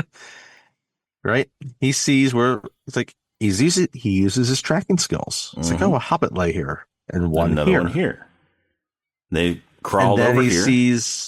Then he can see that they crawled. They were bound. And then they were bound. Yeah, because he could tell that how the knees but then he sees, but their bounds were cut. Yeah. He finds a piece of rope. Forth and he finds a cut piece of rope. He's like, their binds were cut. And then we cut to Pippin, right? He finds like there's this like axe that's on the ground. Axe is sticking up on the ground. He cuts the rope. Yep. And then he goes and he helps Mary get untied, and they get up and they they ran over here and then here, right? And you can see them trying to dance around the horsemen that are killing the rest of the Uruks. Yeah. But then it's like, but they were followed, right? Because they find one of the other belts because the one that wants to put the maggot hole in their belly, right? Oh, wait, no. That's how the belt ended up in put a maggot hole in their belly. Yeah. Right. And then we see a spear go through. Yeah. So we do see the horsemen attack them in the previous scene. Right. And that's how that they start to escape. Yeah. And so they're, when they're running, that same orc is right behind them again. So that spear didn't kill him. It just took him down for briefly. And so he's chasing them, and he grabs. As they approach the edge. He grabs the woods, belt. Right? He grabs the belt, and so they, was it Merry or Pippin that he grabbed the belt of? Good question. Yeah, because whichever one it was, he takes the belt off, so that that's why the belt was in the pile of bodies. But yeah, so they run. They go into the forest. They go into Fangorn Forest. And then Aragorn says, and they ran into Fangorn Forest. And, the three of them are just looking up. And it's this imposing looking forest. Like, it's the straight line of trees. And immediately, it's dense forest from the start. Mm-hmm. Yeah. Right? And Gimli just looks as like, what madness brought them there. Right now, it will continue, but I think before it continues, we need to circle back to the scenes in Rohan. Yes. Right. So the capital of Rohan is a city called Edoras. It's on the top of a hill. And they built this entire city on top of a hill. Which is like, again, like they just like the Shire, they built these structures. Built it. And at the very top of the hill. It's not a big city. It's not bitty. Yep, because we see scenes. Well, I guess before we even see that, right, we see different scenes of different villages are all around the kingdom, right? And you have different wild men and orcs destroying these villages, right? And we have a scene with Saruman, right, where he's convincing these other wild men, right, that the horsemen, destroyed their settlements and took their food and animals and all these things, right?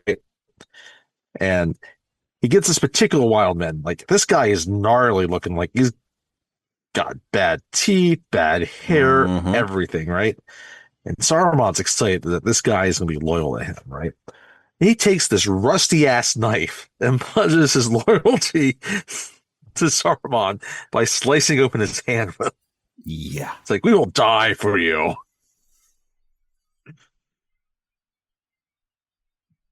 And we see in one of these villages, this mother gets her daughter and son onto this horse to ride away, to ride to Edoras, to alert the king that they're being, ransacked, right? And the little I love the daughters of, I love the girl. She's like, Papa said he could not ride. He's too big for it. It's like now's not the time to talk about that. Yeah. Right. And so they ride off and they see the village being burned in the distance.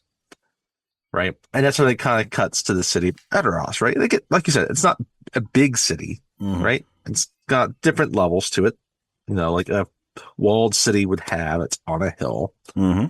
And at the top of it, it has the Great Hall, right? Yeah. There's basically a path, like a road that goes from the gate all the way up to the Great Hall. And then there's little buildings around that road. And we're seeing there, outside the main entrance, right? You have this lady that's standing there. She's looking out over it. It's windy. She's got blonde hair. This is Eowyn. We mentioned Éomer. This is his sister. They are niece and nephew to the king, Theoden. Right? And we had a scene as well where there's an added scene where Éomer discovers the king's son, other soldiers have been massacred. Yeah. By these orcs. The king's son, Theoden. And that's when he's looking around and someone tells him, like, oh, Mordor would pay for this. Like, no, these aren't Mordor orcs. It's like, these are from Isengard, right? And he shows them that has this white hand on them. Right? And so they go into the hall, and the king is there. He's sitting at court. And he's got an advisor on his right hand side. Like this old scraggly beard, and he's just wrinkled and just looks old, wrinkled, and almost Crypt Keeper looking. Yes. He can barely speak and barely lift his head. Right? But Éomer wants to bring these concerns to the king because, like, well, your son's dying, and he's just talking about it with the king. I guess his assistant, his right hand guy there, his advisor's not there yet. He's in the room. We don't see him. Yeah. Right. But then we hear his voice, and he comes out from around the corner. It's like, why do you bring these troubles to an already troubled mind?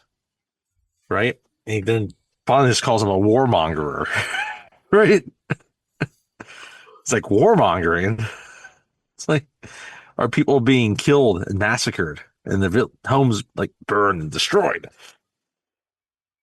What do you mean by this, right? And then everyone was there at first, and she is starting to walk off, and and Wormtongue just Grima looks at him. It's like your uncle is weary with your malcontent. So Aramir gets upset about being this malcontent line, warmongering line. And he grabs him by the face. It's like, what did Saruman promise you? Treasure? And then Wormtongue looks over across the hall and sees Eowyn. His eyes kind of. Mm-hmm. It's like, it's like, you can't have my sister. And this is where we kind of, get a slightly extended scene, right? It's only for a few seconds. How it normally ends, right, is that Wormtongue, calls over some of the guards, and they are basically capture Aramir, right? Yeah. And Wormtongue tells him, "You are banished from the kingdom of Rohan under the pain of death." Right? And then the extended edition gives us like 5 extra seconds. And everyone's like, "You don't have authority. Like, it can't issue this decree." And Wormtongue's like, "It did not come from me. It came from the king. He signed it this morning." And he has a decree. And you can just tell, like, his fingers just kind of trails off. Right? So that's where we kind of have that context of Aramir, right? Yeah. He has gathered all those that are still loyal, and they're just kind of roaming the countryside. And that's when Aragorn and them ran into him. A man and a dwarf. Mm-hmm. Yeah. So that's what happens. Yeah. Yep. So back to the hobbits in the woods. So they're running into Fangorn Forest, and that orc that was trying to eat them. I almost forgot. Before they ran in there, and before the orcs start chasing after them, right? So, as they're making camp, some of the orcs are taking axes and chopping at the trees for firewood. Yes. And then Pippin hears all this moaning, right? And he's like, "What is that?" And Merry's just thinking, it's like, it's the trees. They're talking. Pippin's like, "They're talking? What are you talking about?" It's like, no, it's like the old stories, like by the old forest, which by Buckland. by Buckland. Yeah, the old forest. So I like that they mentioned the old forest here, because the old forest is where Tom Bombadil lives. Yeah. Yes. The old forest is where Tom Bombadil lives. And some of I love in the extended version of this movie, they actually bring in some of the stuff that happened in the old forest, but here it happens in Fangorn instead. It happens in Fangorn instead, yes. So yeah, they're bringing that mythology in, right? Because the old forest has still no Tom Bombadil, but trees that talk and communicate with each other, right? They're just combining it in here with Fangorn. Yeah. So they've gone into the woods, right? And they're being chased after, right? And they see a tree they want to climb up. It's a nice tall tree with a big pointy hat. No hat. No, I guess. I mean, it might be wearing a hat under all the leaves. I don't know. I mean, it might be wearing a fez. Yeah, it might. He might. So they climb up the tree. And they climb it up because, like, they've noticed that this other orc has followed them in there, right? This orc that got stabbed by the spear and still chased him. And they think Pippin goes up first. He gets up nice and high, and Merry starts climbing up. Merry thinks he's far enough up, but then he starts getting pulled up. Yeah.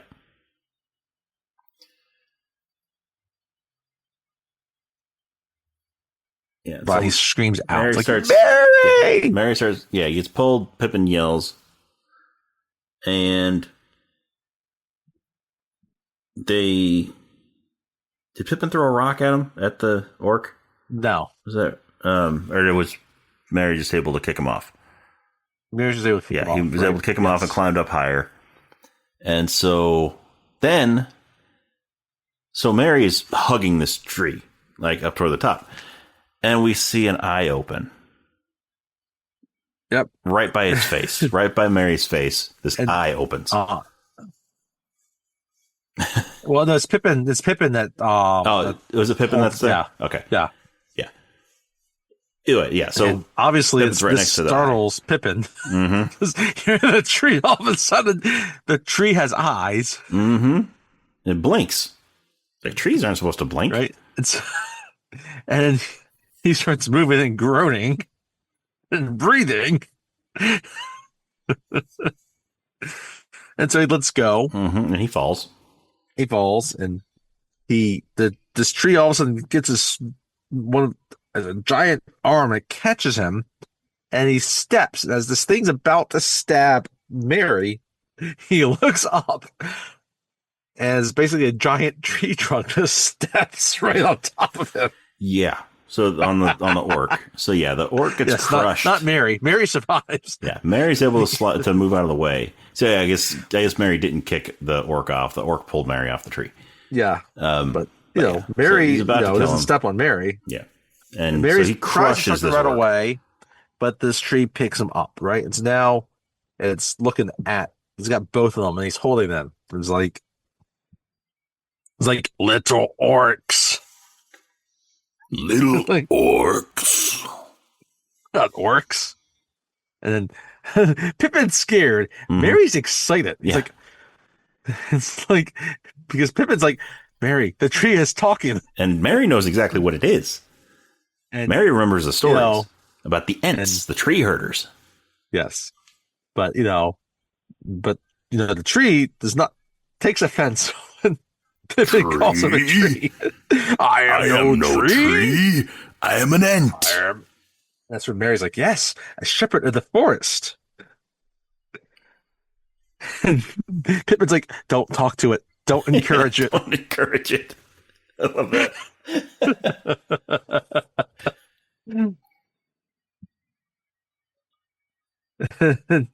He's still trying to call them orcs. It's like, and then they're finally like, well, whose side are you on?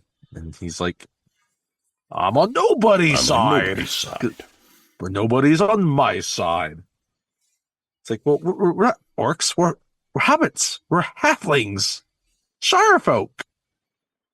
This tree is still not, I guess he's introduced himself as Treebeard to them at this point, right? Yeah. Like, Treebeard's my name. Right? And he's still like, no, this sounds like orc mischief to me. Right? It's like, perhaps the White Wizard will know. And then they're like, oh, the White Wizard. Uh-oh. And then it cuts. That must be Saruman, right? Well, then he's like, he goes over, he drops on the ground, and then we see just this whitish glow. Oh yeah, that's right. This white light. This white light shines on him. Yes, white light. And then it cuts. And we're back. Now we go back to the other hobbits. Yes. Back with Sam and Frodo. I guess what we did we see? I guess have we seen them get out of the rocks yet? I don't know if we have. We didn't talk about it, but yeah.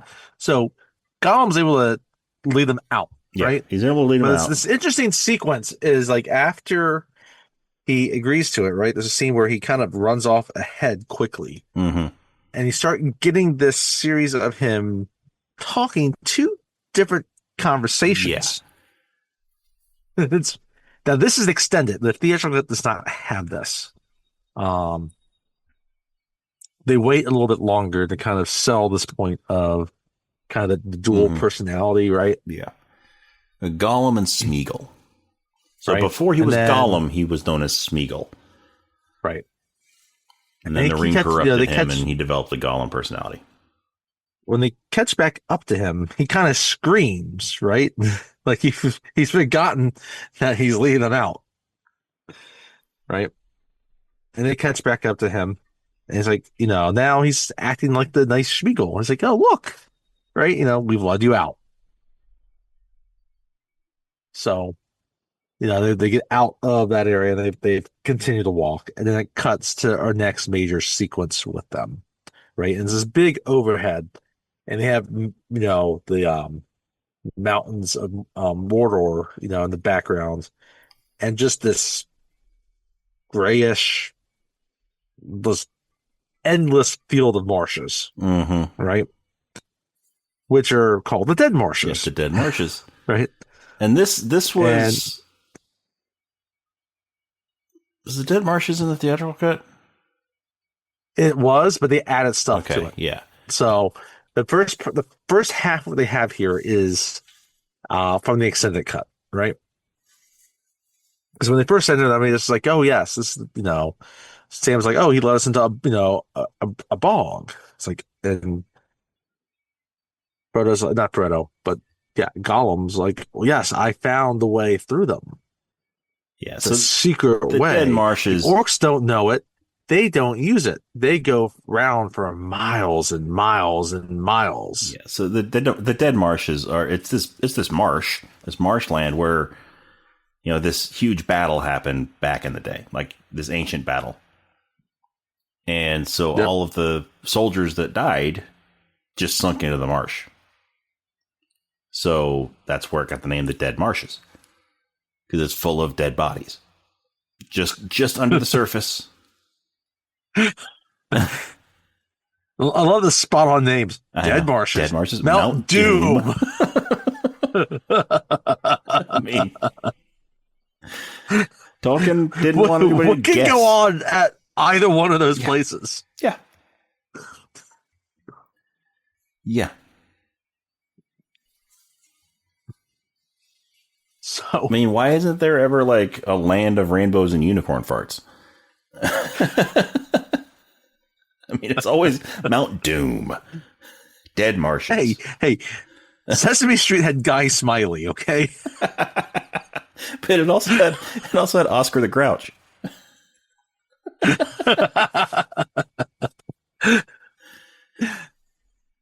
And Mr. Hooper. That's right. Hanging with Mr. Cooper also. That's not Sesame Street. That's something else entirely.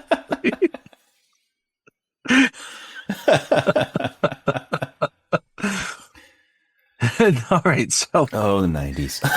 they've managed the Dead Marshes, right? And they get this is where the new scene kind of comes in. And they've been walking for 2 days through the marshes, right? Mm-hmm. Gollum, he's tired because like he's hungry. Yeah. He wants to eat nice birdses, right? Yeah, like crunchy birdses. Nice birdses. Right. And he captures like this worm, and this worm is like this is actually nice, like parallel to a scene that will come up later in the series. And he just slurps it down, right? Yep. And so Frodo gets, because he's trying to, he's beginning to identify with Gollum, passes him a little bit of the bread, right? And Gollum has never seen this before. He wants to know what it is. Mm-hmm. Yeah. But again, it's Elvish bread. Yeah. So what happens when he eats it? So it burns us. It burns us. Can't eat nasty hobbit food. Nasty hobbit food. And Sam, he's like, what I wouldn't give for some nice taters right now. No, the taters comes later. It does it? He does say that he said, well, I mean, because I guess the potatoes line comes later. Yeah, I guess, yeah, because he's not cooking. He does right want now. something at that point. He's not cooking right now, so yeah, that comes later. So we'll get to that later. Yeah. So that kind of ends, and then, we get into another scene with them as, I guess this is as they're going through. This is later. This is through the marshes. This is another night. They keep walking through, right? And Frodo is looking down, and he sees all these, elf corpses just under the surface of the water. Yep. And he Sam's pauses. like, "Oh, there's dead faces, dead bodies in the water." And Frodo pauses, and he just stares at one of them, and doesn't realize that he's getting closer to it. Before that happens, Sam kind of steps in the water a little bit, and Gollum warns him, like, "Don't fall in, or shine lights of your own." Yeah. And that's when Frodo, after they continue on for a little while, he sees that. And he's looking down at it, right? He gets a little too close, like you said, and he gets entranced. Yeah, he gets entranced by this body in there. And, he doesn't realize he's leaning forward, and he just falls right in. Right in. And it looks like this dead body looks like it comes to life, and like it's dragging him under. Yeah, well, like before he falls in, like you see the shot of this dead body, and its eyes open, and it's this vacant blank white eyes, right? Yeah, and it's like it's dragging him in, and then like you got these other faces that are coming up behind him.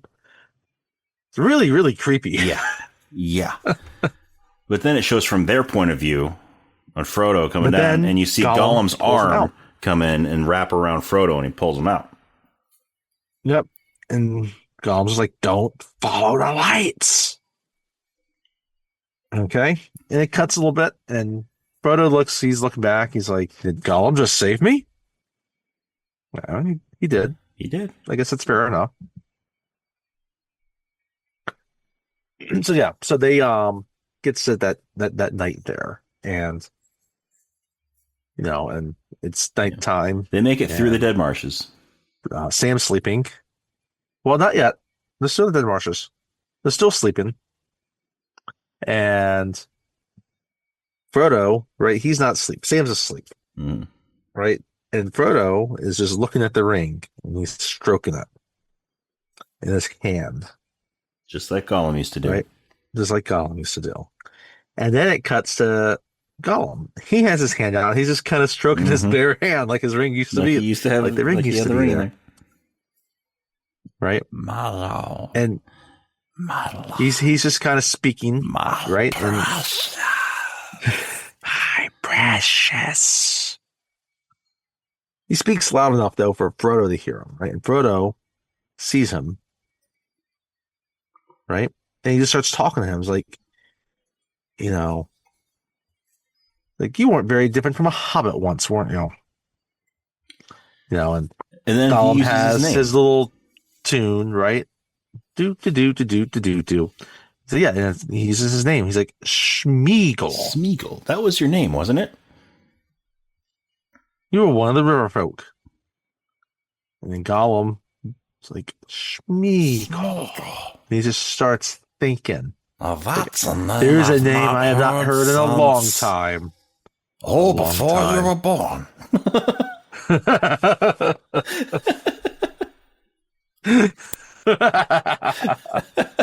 Obi-Wan Kenobi.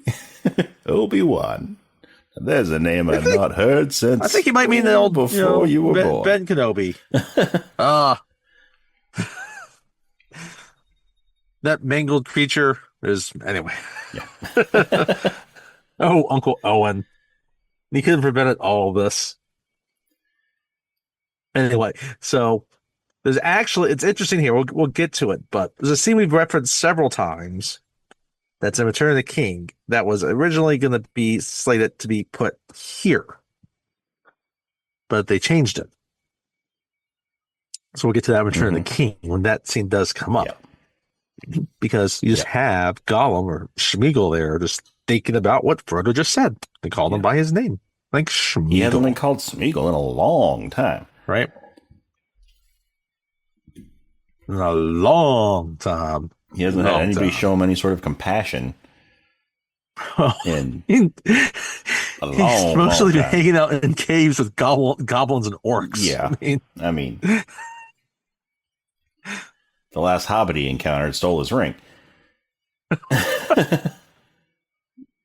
He didn't steal the ring. He found it. Yeah, he put it in his pocket, and then tricked him in a game of riddles.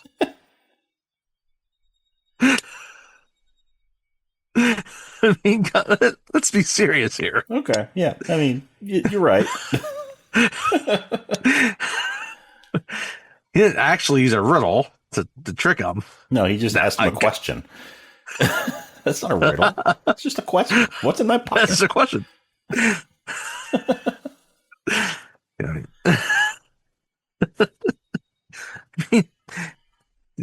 He might have a legitimate grievance there that the rules of the game were violated. Yeah.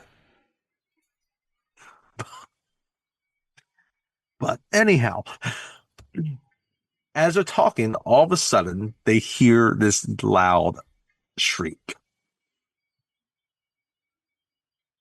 And then Frodo all of a sudden seizes exactly where he got where he got stabbed.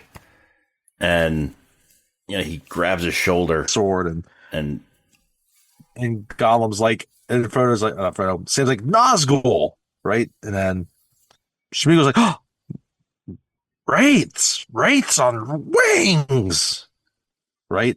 And then we see a Black Rider, and he's no longer on a horse. He's not on a horse. Now he's on like this giant dragon-looking thing. Like not a dragon, flying but all around where they are. And they creature. Yeah, dragon-like creature, exactly.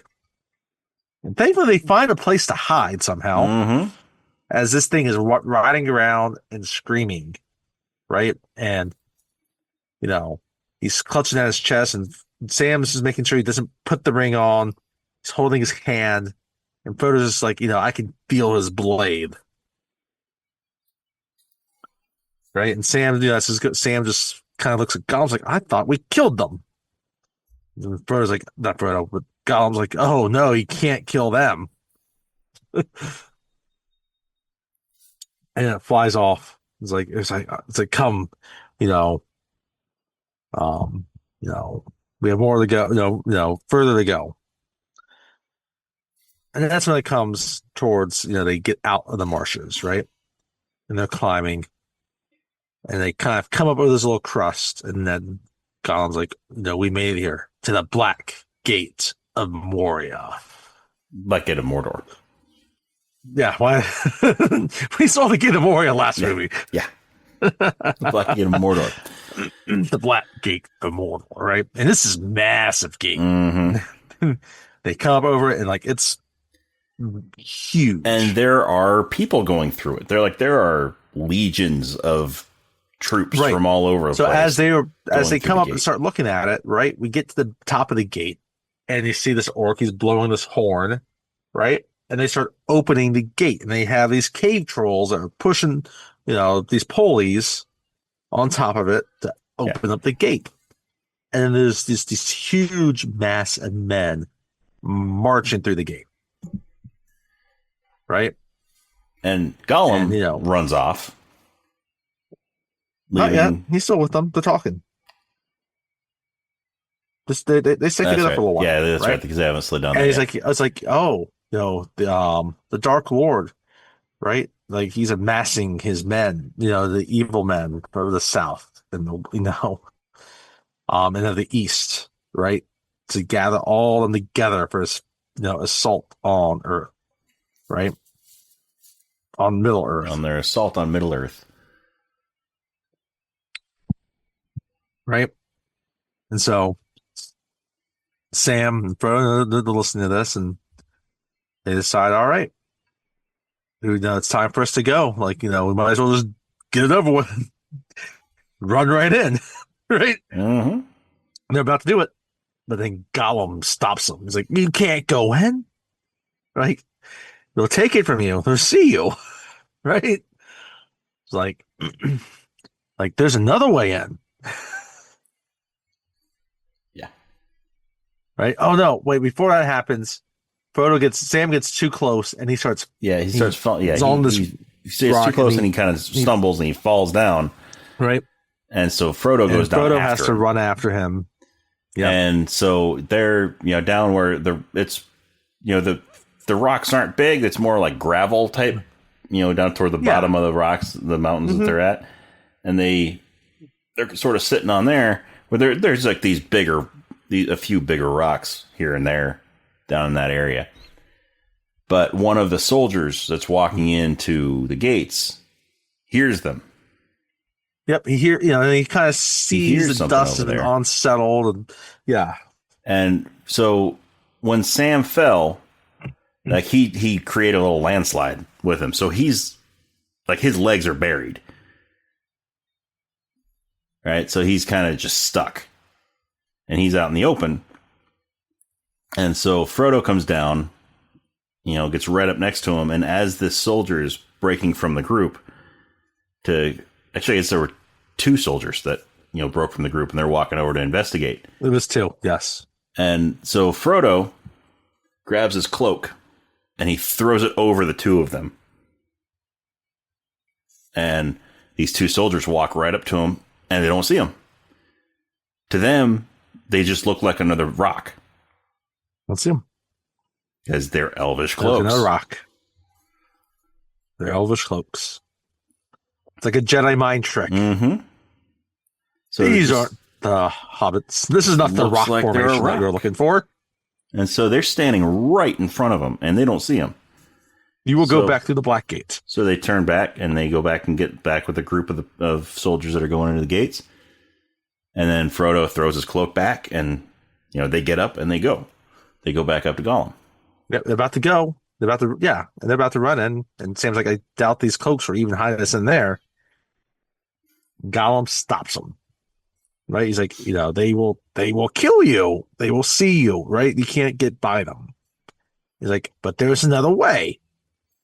And like what? There's another way? You're telling this now? Yes. God's like, Master did not ask.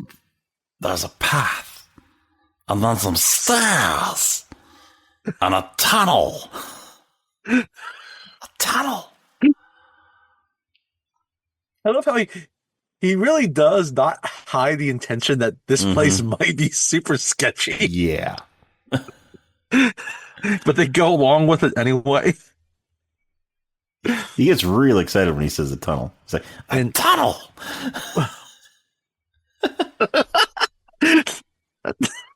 What's in this tunnel? Tunnel. What's in this tunnel that is so exciting? Viggo Mortensen was in that movie too.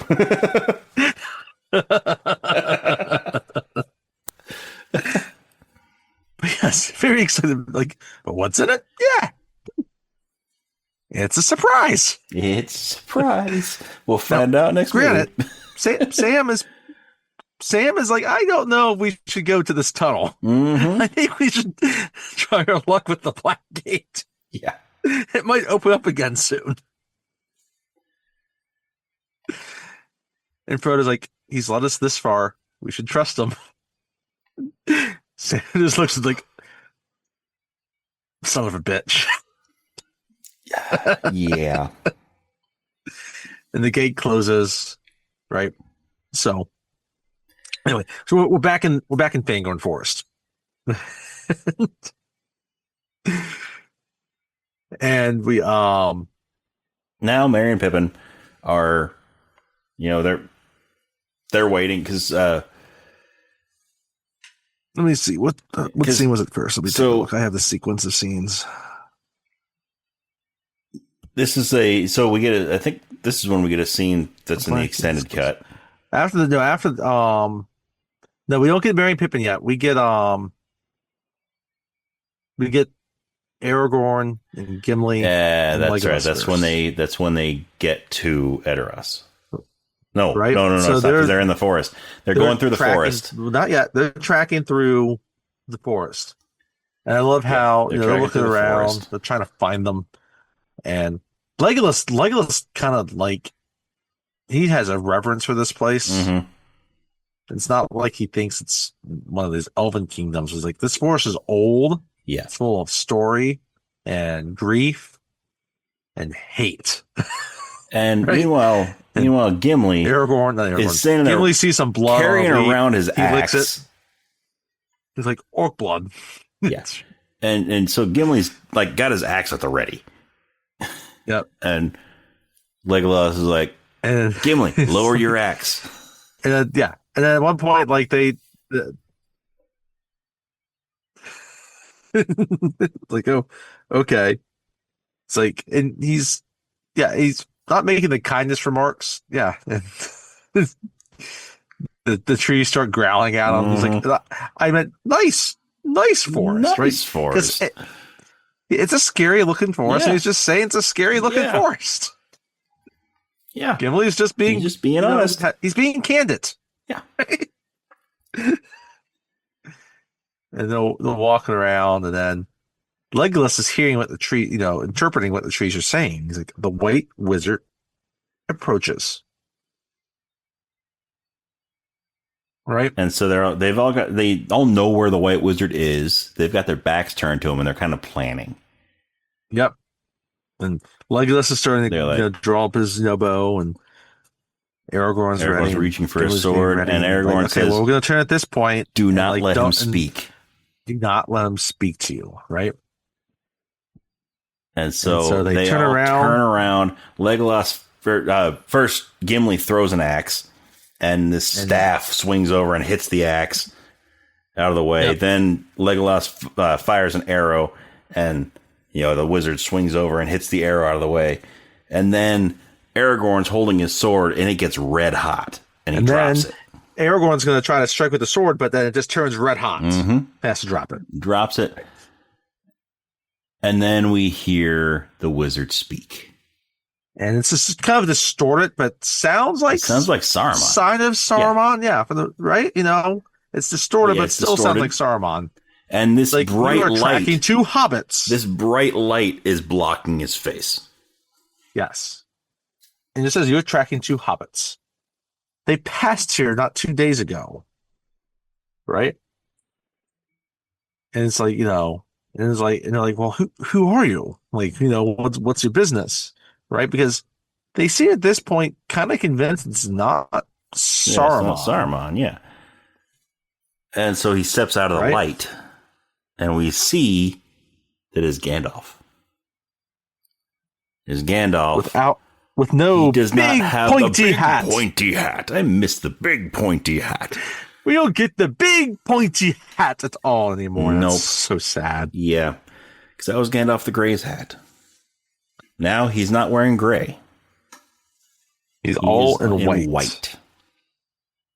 And then, I love how as soon as Legolas sees him, they all start to bow. Oh gosh. Gimli bows. We watched you die. Aragorn gets on a knee. Legolas is like, it's like, forgive me, I did not know. Right? It cannot be. Little thing. And it's like, then he has to say, I have come back now for it, at the turn of the tide. I've come back for a time. And, it's like, and they're like, yeah, well, before he says like, yeah, well, we watched you die. It's like, yeah, and he gets into what happened. Yeah, and we get a flashback. And there's a scene with him battling the Balrog. The Balrog at the top of this mountain. And so, after falling through the cave and everything, then they're on the top of this mountain and they're fighting. And finally, he stabs the Balrog in the heart. And it rears back in pain, and it falls back off the cliff and just falls onto the rocks below, dead. And so then he's like, well, then I was, after defeating the Balrog, I was dead for a time, and then was reborn as Gandalf the White. That's what it says. Yeah, it's like, from the lowest dungeon to the highest peak, I fought him, the Balrog of Morgoth. Morgoth. It's like, darkness took me, and I strayed out of thought and time.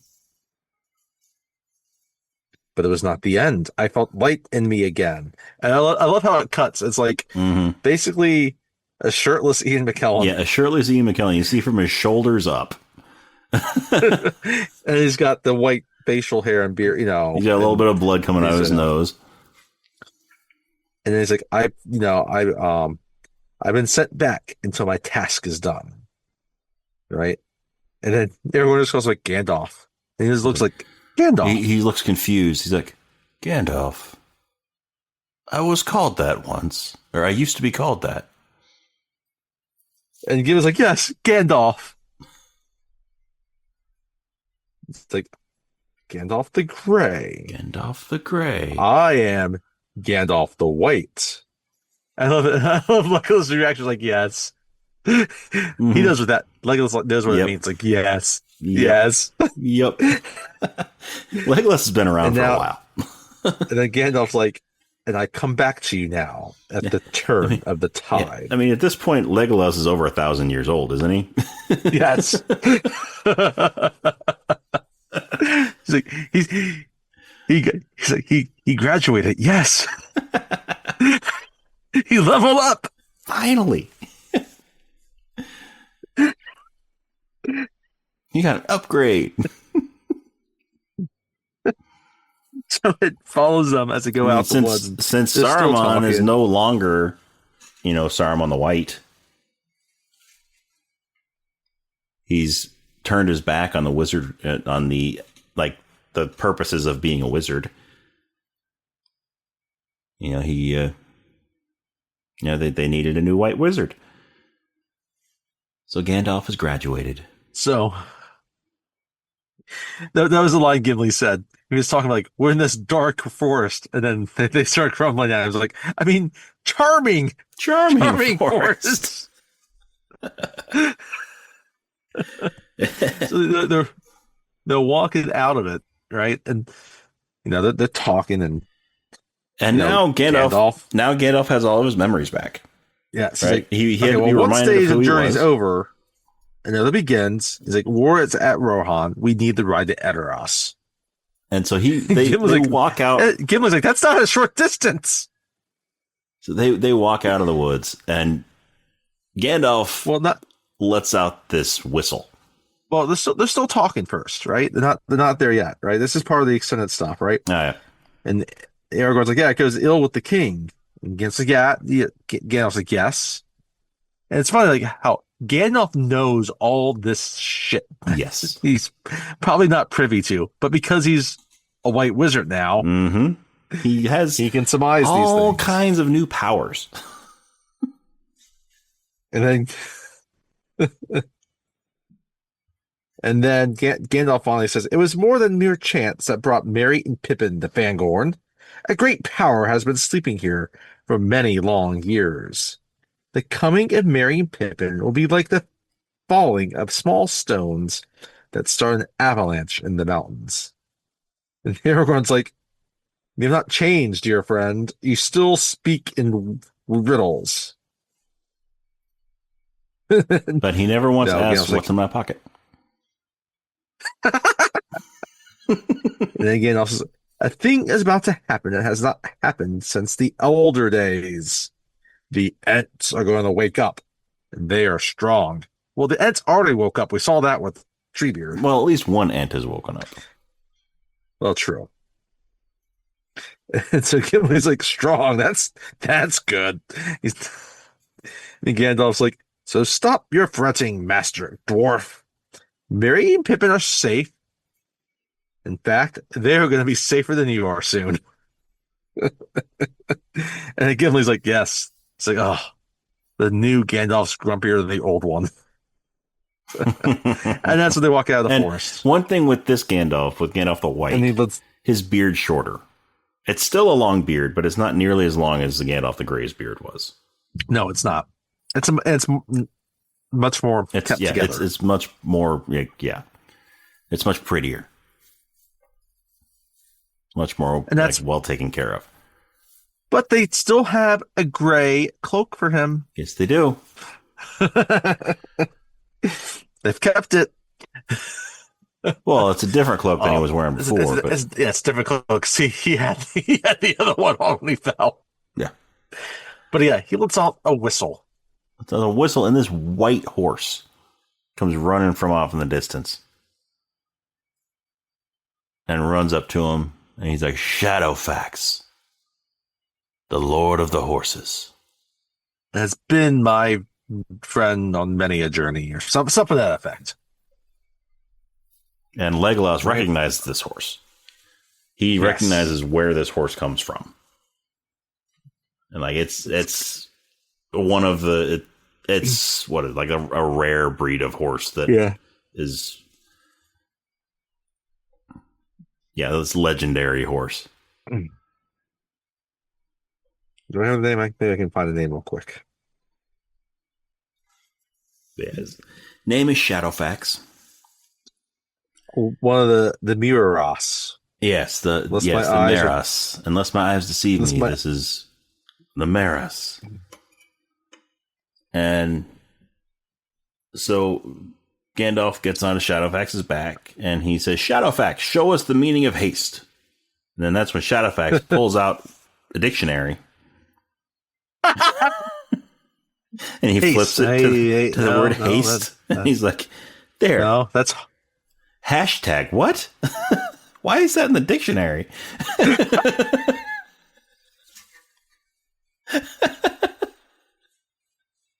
Hashtag what?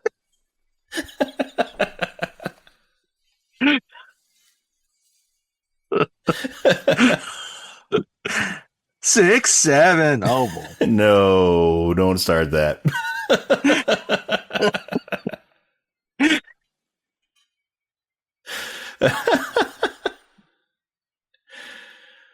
Anyway, they ride off. I mean, right? I know you're a teacher and everything. You have to put up with that all day, but don't be bringing that to the podcast.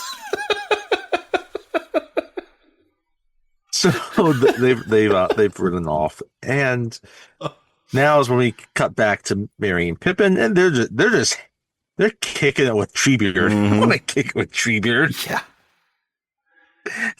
Sure, there might be trees that might try to eat me. Yeah. But Treebeard is kind of cool. Yeah. And this is where we get a bunch of the padded stuff. Not padded stuff. So we get a bunch of the extended additional scenes. So Merry is walking around, and Pippin is over. There's this little spring. Do they have that scene first, or the scene where they talk about the Entwives? Oh, you're right. This is because they're riding on they're riding on Treebeard, and he's walking around talking about the Entwives. They're like, why aren't there any female Ents? Oh, there are the Entwives. Before they talk about the Entwives, he's just talking about the different trees he knows and how they haven't woken up yet or whatever. Yeah, and they talk about the Entwives. Right? We haven't had. They're talking about. They're like. So, do you have any children? He's like, well, we haven't had children in many, many years. It's the Entwives. Well, why not? The Entwives, they left us. We lost the Entwives. Oh, did they die? No, they just left. They followed Sean Connery.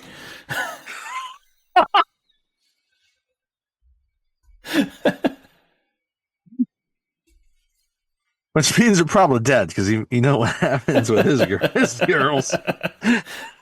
That's just when he's Bond. That's true. Not when he's Gandalf, the double not 00 Gandalf.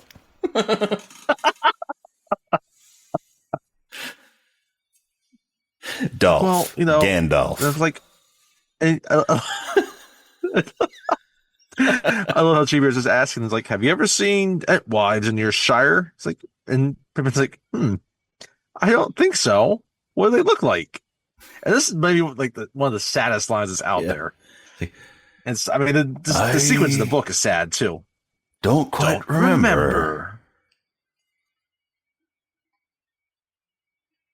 It's been very long since we've seen them. And it's a whole thing in the book about where are the Entwives. Which then makes you wonder, the Entwives. How do Ents mate?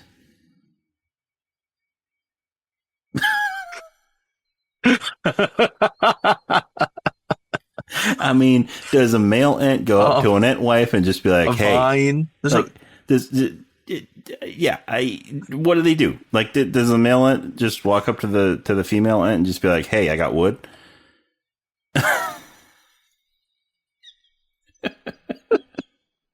I think there's a vine in a naughty hole. A naughty hole. Naughty in more ways than one.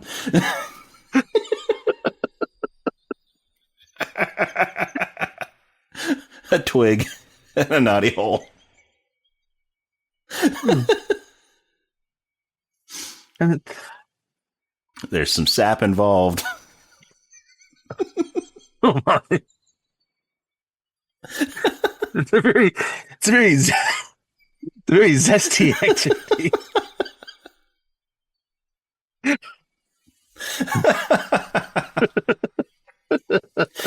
You know, when we started this episode, I honestly did not think that we were gonna be discussing logistics of ant sex. Do you think what happened? Maybe what happened? They got a trampoline. They got Tom Bombadil. And he just got too excited when he had wives. Are you saying Tom Bombadil is too excited trampoline guy? And we've been calling him too excited trampoline guy this whole time. We could have just been calling him Tom Bombadil.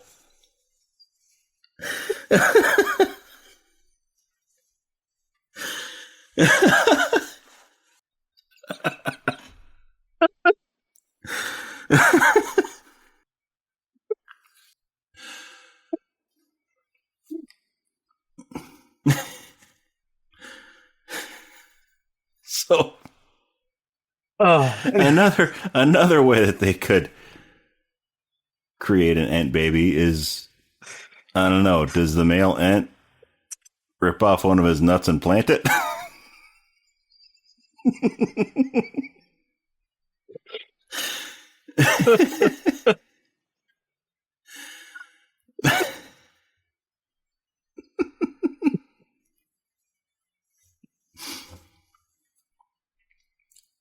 Ooh, asking the good questions. Alrighty then. So they at this point, Aragorn and Merry and Pippin are starting to get a little tired, right? And Treebeard's starting to sing his little song of "Roo Rahum," right? Mm-hmm. And he's like, they're asking where Treebeard's home is. They're going to Treebeard near his home in the forest, right? And it's near the roots of the mountain. And Treebeard just looks at them. Well, not looks at them because they're riding on them. Mm-hmm. It's like, I told Gandalf I would keep you safe, and safe is where I will keep you. Right? And he starts to put them down. He's like, I think you're like this next one, as they're starting to fall asleep. Right? And Treebeard just sings them a song. He's like, sleep, little shirelings. It's like, heed no nightly noise. Sleep till morning light. In the treetops.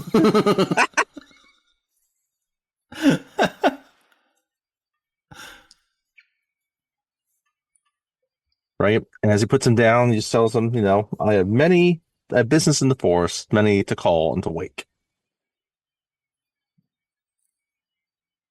So we cut back to Gandalf, Aragorn, and the crew, and to another additional scene that's been added in. It's about 2 minutes. Mm-hmm. And it's at nighttime, and Gandalf is looking out. And again, he can see Mordor out in the distance, and Aragorn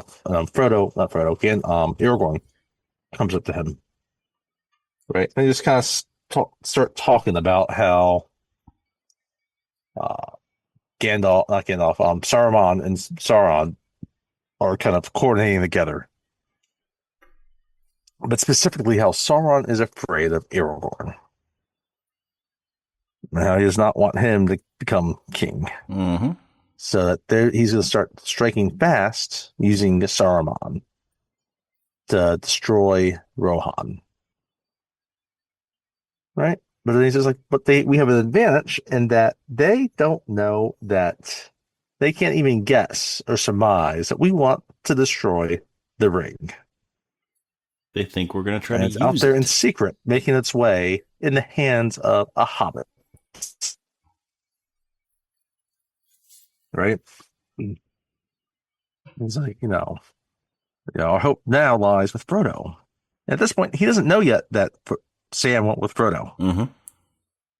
Aragorn tells him, though. Yeah, Aragorn tells him, he's not alone. He's not alone. Sam went with him. And I love Gandalf's response. He's like, oh, of course he did.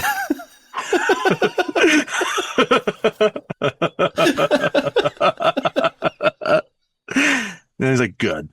Yes, good. Little twinkle in his white wizard eye. That's a good point. I like that. So that's actually, I think we misplaced one of the scenes. I think the Black Gate scene actually comes after that. We kind of strung it together, which is fine because they all kind of run together. Yeah. And then that's when we get the scene where Merry and Pippin wake up. And they drink the Ent drought. Yes, Merry and Pippin wake up. So Merry wakes up and Pippin's already up. Pippin's over. There's this little spring, and he's got this big jug of water in his arm, and he's cupping his hand and drinking from the spring. And Merry comes over, and he's asking what he's doing, and Pippin. He takes a sip of the water and he stops for a second and just lets out this little groan, like his body lets out this creaking sound, right? And Merry notices that Pippin is taller than he was. He's not happy about this. That he's taller than Merry is now, and Merry's always been the tall one. Everybody knows I'm the tall one. And Pippin, he's like, no, I'm 3'6". And then you hear that groan again, that creak, and he's like, oh, 3'8". And Merry realizes that this water that he's drinking, the Ent drought, is, causing him to grow. Just a couple of inches, but still causing them to grow. It's how how the Ents got so big. And so Merry grabs the jug from Pippin and he wants more. He wants his own. No. Treebeard said you're not supposed to drink it. Oh, Pippin. It's only for me. Treebeard said you can't have any. Pippin, that never works. Never works, Pip. So Mary's like chugging this water from the jug. well, Pippin's trying to chase him down. And finally, they stop, and Mary's kind of standing behind Pippin, and he, puts his hand up to the top of his head, and he moves it over to, check their heights. And once again, he's taller than Pippin, so he's happy. Yep. But then they spill the water, mm-hmm. and the trees start to eat them. Well, so they bury them. Yeah. So they're kind of wrestling around a little bit, and they fall into the roots, between the roots of this tree. Yes. And then the roots close up over them. And this is one of the things that they pulled from the Old Forest from Tom Bombadil. Right. From the Fellowship. From the book. And so, the roots, envelop them. and they're getting squeezed and they can't breathe, and they think they're gonna die. And then Treebeard comes up and tells the tree to let them go. You should not be waking. And so dig deep, drink water, eat earth. Whereas in the book for the Fellowship, this is Tom Bombadil that walks by and rescues them from the tree roots. But in this, it's Treebeard. Yeah, so the roots open up again, and they get out. It's a nice way to draw it in. Yep. Right? A good way to kind of. I mean, it's because I always enjoyed this scene in the book.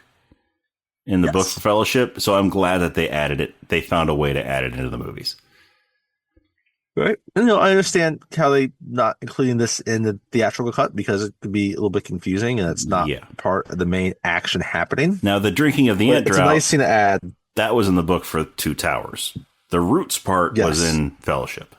Correct. So the ant drought part, that was from Fangorn.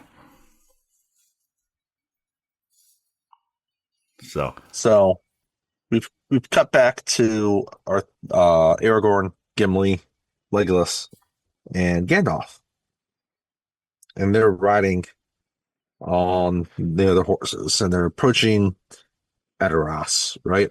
So first before we see them, we're in the Great Hall, and Eowyn is in there talking to her uncle, the king, Theoden. Right. And this is when Grima gets a little too creepy. Right, because he says, my lord, your son, he is dead. Right? She's telling him that the son just died. Mm. Right? It's like, my lord, will you, and like he's not going to his son. The son's, lying. He's just sitting in his throne. Just died. And he's just sitting in his throne. He's like, why won't you go? And Grima is like right there at his ear. He's leaning in, and it's like, oh, he must have died during the night. Now, I hear his passing is hard for you to bear. And what tragedy for the son, for the king to lose his only son and heir. Right? It's like, oh yeah. It's like, I hear his passing is hard to accept, especially after your brother deserted you. And I love how everyone just looks at him like, leave me alone, snake. And this gets creepy. He's like, oh, you are alone, and right? He gets right up in her face. He just circles around her. And the camera work on this is great. Yeah. And just, it zooms in on him as he's just circling around her face, taunting her. It's like, who knows what you've spoken to the darkness in bitter watches of the night, when all your life seems to shrink, the walls of your bower closing in about you, right? The hatch to trammel some wild thing.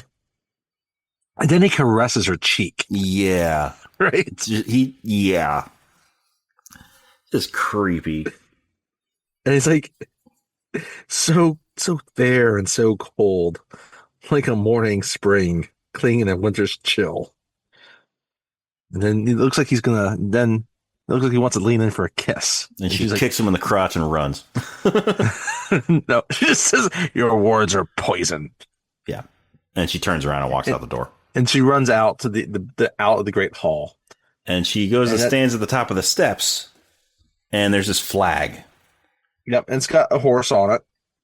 And it's blown in the wind, and then the flag it breaks off of the flagpole, and it just floats out in the wind. Which was not kind of scripted. Yeah, no, it just kind of happened. It just happened. And it was perfect. Mm-hmm. It was perfect. Yeah, perfect timing. It lands as Aragorn and them are approaching the gates. Yeah. And Aragorn sees it. Yeah, it lands. The flag lands. And the meeting behind this. Right? Yeah. And right before they get there, Gandalf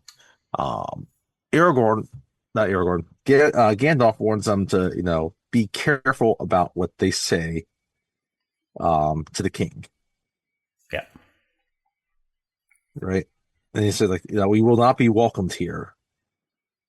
Saruman's hold is very strong on Theoden. So they right, and so they ride up. They ride through the city, right? They have people looking at them, right? all the villagers. Everyone's watching this all as it happens, and everyone's just like, you can tell like this town is tired. Like the king is not who he should be. They're ready for attacks. Gimli senses it. He's like, "You'll find more cheer in a graveyard." Right? And they approach the top of the steps at the hall.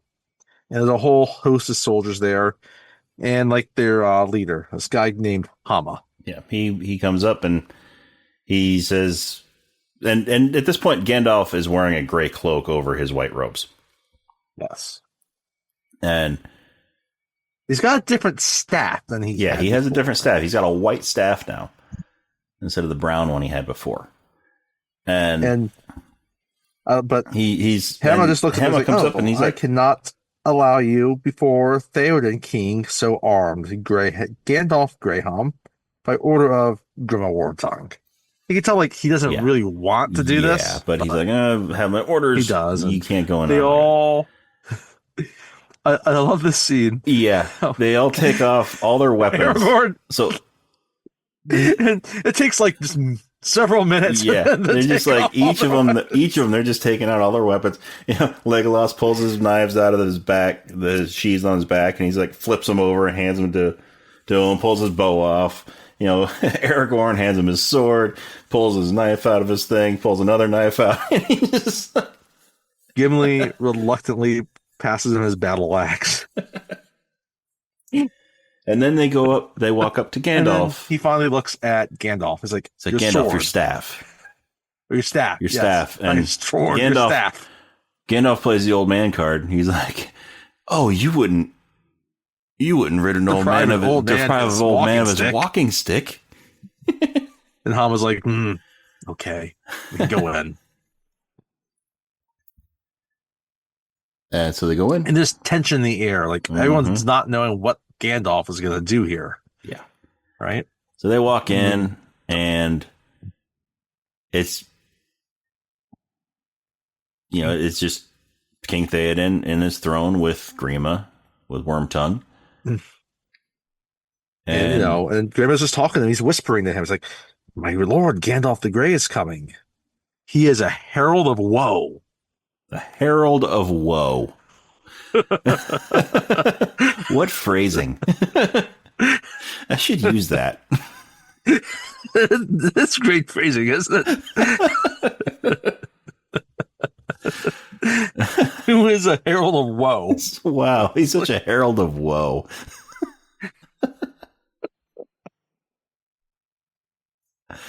So Keanu Reeves is a herald of woe. He's a herald of woe. Oh. And I don't know. And as John Wick, he is kind of a herald of woe. See him like, oh shit. Oh, here comes that herald of woe.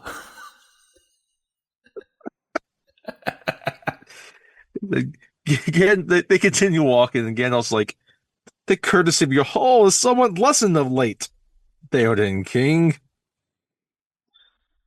Right? And Gandalf's like, he's not welcome here. And Theoden's response, why should I welcome you, Gandalf Stormcrow?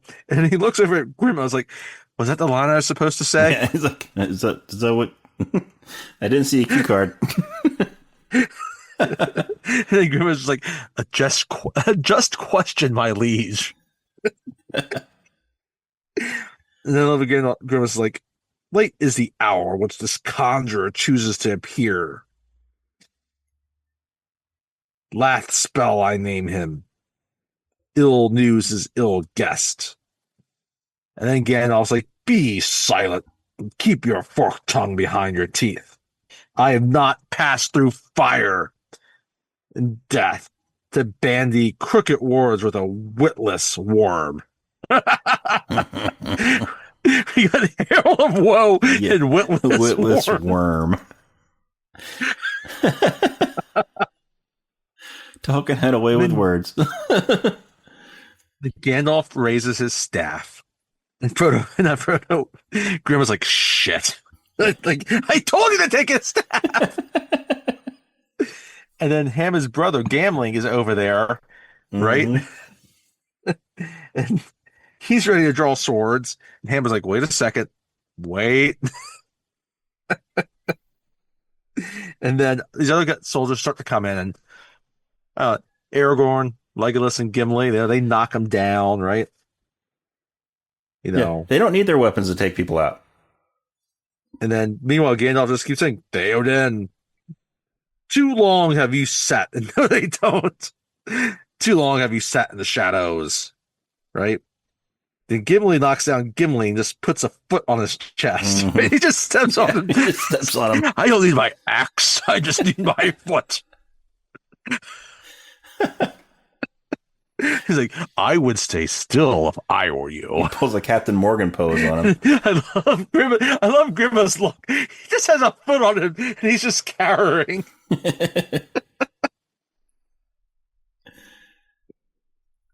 And Gandalf's like, I release you from your spell. Very simple. Like, yeah, he's playing the game well. I release you, and then he kind of like puts his hand out, and nothing happens. Yep. And then Theoden, or really, it's Theoden, but it's in Saruman's voice, Christopher Lee's voice. Yeah. Starts laughing. It's like, you have no power here, Gandalf the Grey.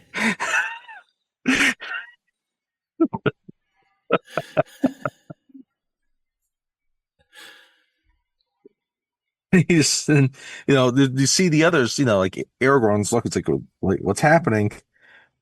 And then Gandalf just throws aside the gray robe, his cloak off, and this bright light shines from him as he reveals his white robes. Oh. Right? And now Saruman's like, oh shit. Then he points his staff at Theoden, and Theoden gets pushed back into the back of his throne. Right? It's like, and you start, Gandalf just starts like, you will not kill him. No, he's like, no, Saruman tells him, like, I go, Theoden dies. You will not kill him.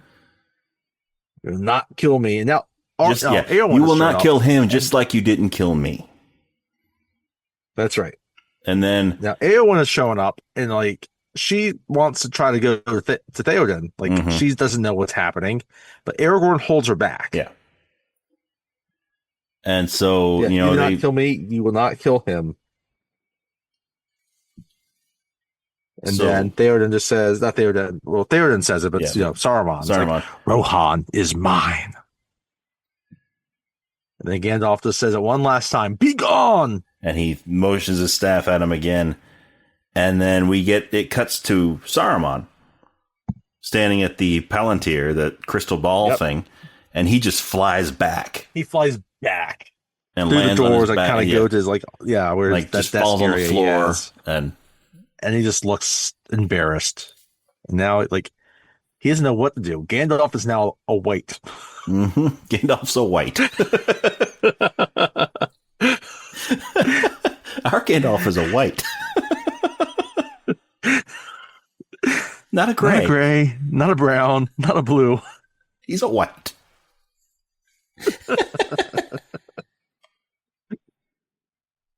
So then Theoden. Then Aragorn releases Eowyn to Theoden, right? And all of a sudden, he starts getting color back to his face and his hair. Yeah, and he doesn't look quite so old. His more natural color. His scraggly beard, starts to disappear and go back into like a goatee. Yes. And his hair, and then he sees Aragorn. He's like, whiteness of his hair goes back to like blonde, and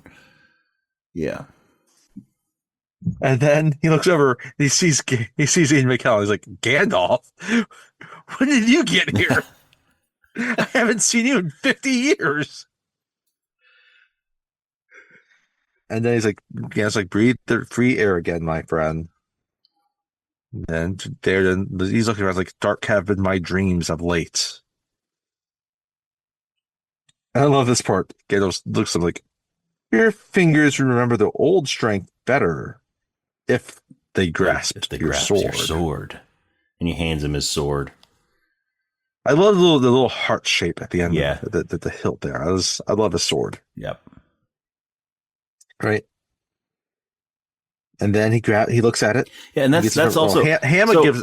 That's another thing. Just like we were talking about the arrows in Fellowship, where the Lothlorien arrows look like the arrowheads look like ivy leaves, right? Yep. Different kingdoms have different styles of swords. Yes.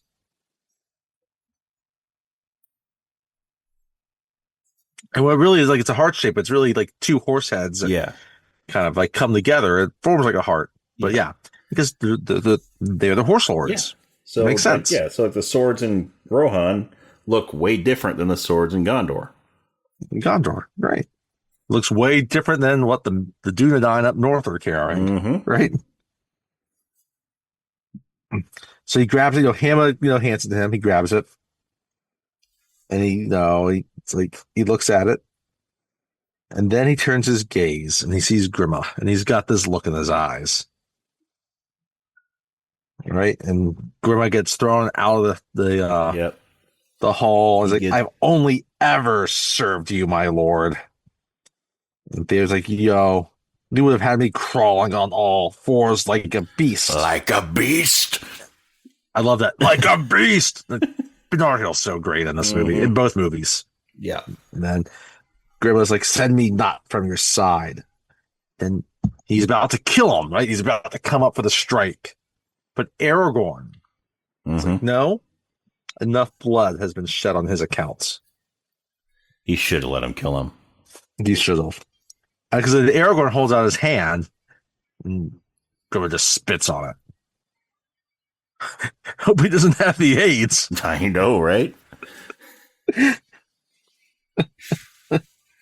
Then Grima leaves, right? He rides out on his horse, and then Aragorn's like, hail, Theoden King.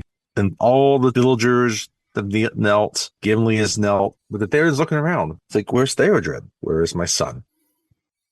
So Eowyn looks at Theoden, and she tells him, your son is dead.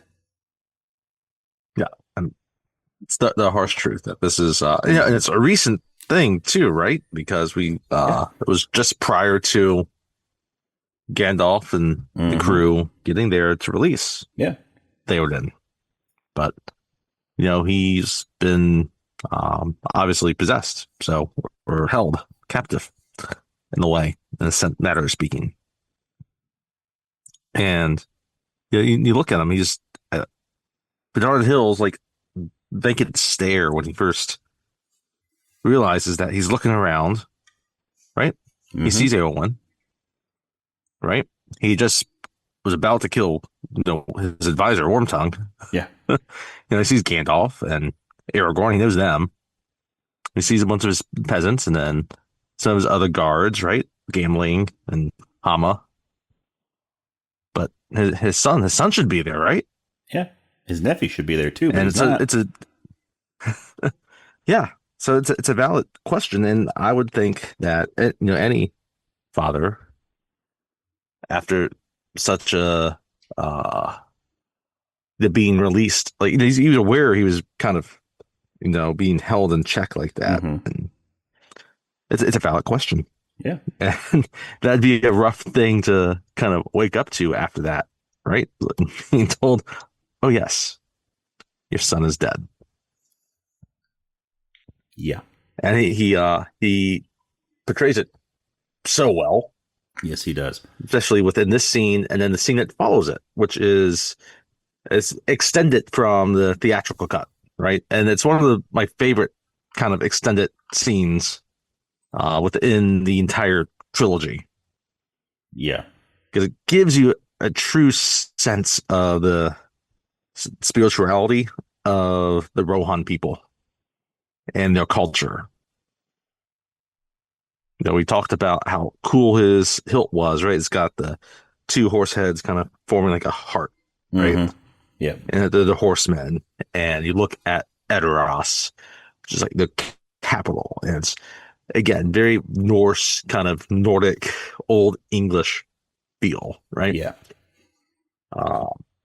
And then and so you just get this funeral procession just going through the town, right from the top of the citadel as it leads outside the city gates. And you can see the mounds where kings and their kin have been laid to rest Yep. over the centuries. And now there's a new one that's open. And it won't be for Theoden. Theoden should be the next one buried, right? It should be. But nope. It's his son Theodred. And as they are starting to put him into the tomb, Eowyn starts to sing this really hauntingly beautiful song. Yeah. That's in Rohanese, right? Mm-hmm. And, I love they don't translate it. They don't, you don't need it to be translated. No, you don't. You get enough of a sense of this lament that she's singing, right? And he's there and he's still staring vacantly, and there's people crying. And they close the tomb, and it cuts to what the original scene was, and he's staring at this white flower. Yep. That then releases onto the tomb. And these are the flowers that traditionally are what they put on the tombs after they bury the kings or the royal family. And he's just sitting there and he's speaking with Gandalf, and they're having a heart-to-heart. Yeah. He tells Gandalf no father should ever have to bury their son. Yeah. And it's very simple. He talks about how the young are perishing, the old are lingering here. Right? Yeah. And Gandalf assures him that his son will still find his way to the halls of your fathers, right? Yeah. He doesn't do it in a patronizing way. He's there being very supportive about it, to remind him. And so, Theoden starts weeping. And not Aragorn, sorry, Gandalf, right? He turns around and looks kind of off in the distance, and he sees this horse riding come up, and it's the two kids, the brother and the sister that we saw escaping from the wild men. Earlier in the movie, and you can tell he's just exhausted. He just collapses off the horse, right? And we cut back to the Great Hall there in Edoras, and you have Theoden's there, and Theoden's he's just buried his son, and now he's hearing about all the havoc that's been caused by Saruman capturing him and Wormtongue poisoning his mind. Yep. Right? His people are not only is his son dead, but his people, their villages are being burned, destroyed, and they're suffering. Right? And he's been powerless to stop it, right? And he's been indirectly responsible. Yeah. For what's happened. Right? And so he's there with Eowyn's in the hall there, along with Gandalf, Legolas, and Gimli. And the two kids, right? And they're eating their soup and all, and Eowyn just kind of, just being a gentle person that has spoken with these kids, right? And she's like, yeah, they had no warning. They just came up and just started burning the villages. And it's kind of obvious that Eowyn did not make this soup. Yes, as we will discover in a later scene. Yes. Because Eowyn is scarfing this down. This is the best soup he's had in his life. Mm-hmm. Not only, it's twofold, right? Because right, he went on this long journey. He's famished. He's going to want to eat whatever he can. Mm-hmm. But then he is getting soup made for the king, probably. Yes. Yeah. It's good soup. Yeah, this is probably soup coming from the royal kitchen. This ain't no, chicken and stars. Yes. Which Aragorn will sadly consume later. Well, that's jumping a little bit ahead. I have never pieced that together, but thank you.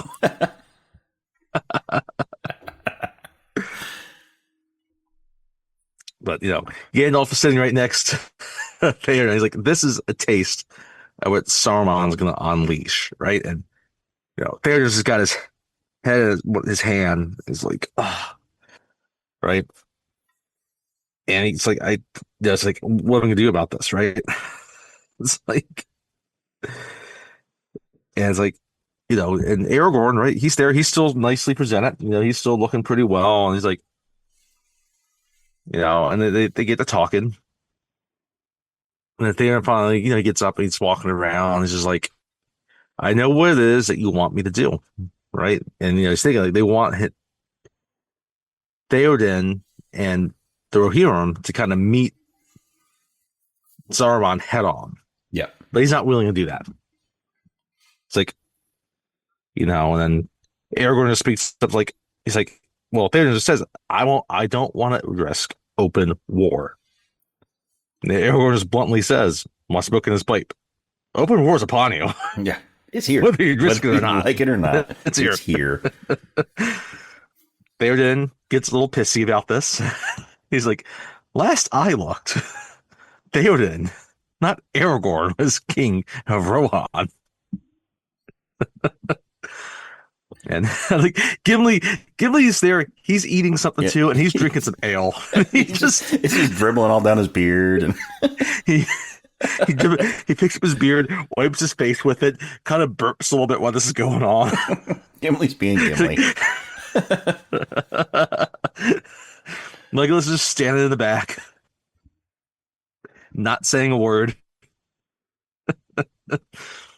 And then Theoden comes to the decision. They're going to empty Edoras, and they're going to head to this stronghold, this fortress that Rohan has. It's built into the mountains called Helm's Deep.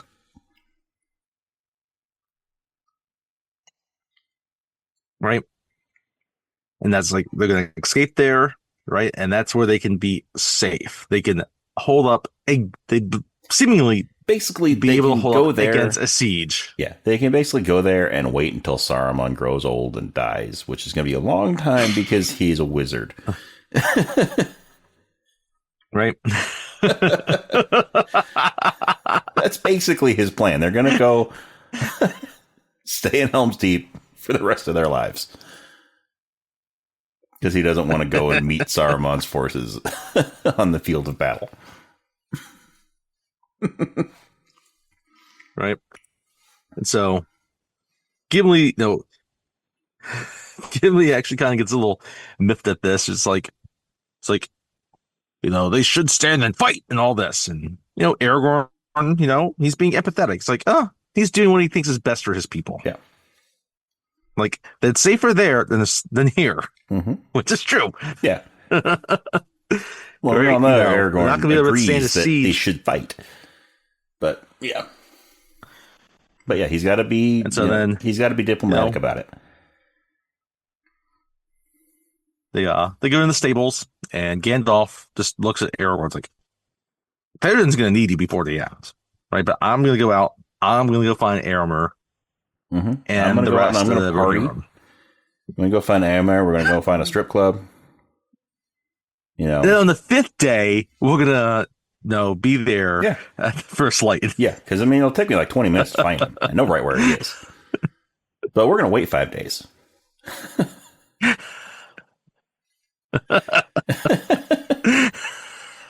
And on the 5th day at dawn, we'll just why once again Gandalf asks Shadowfast to show him the meaning of haste. Yes, because he's got to get in there for this happy hour deals. Yeah, exactly.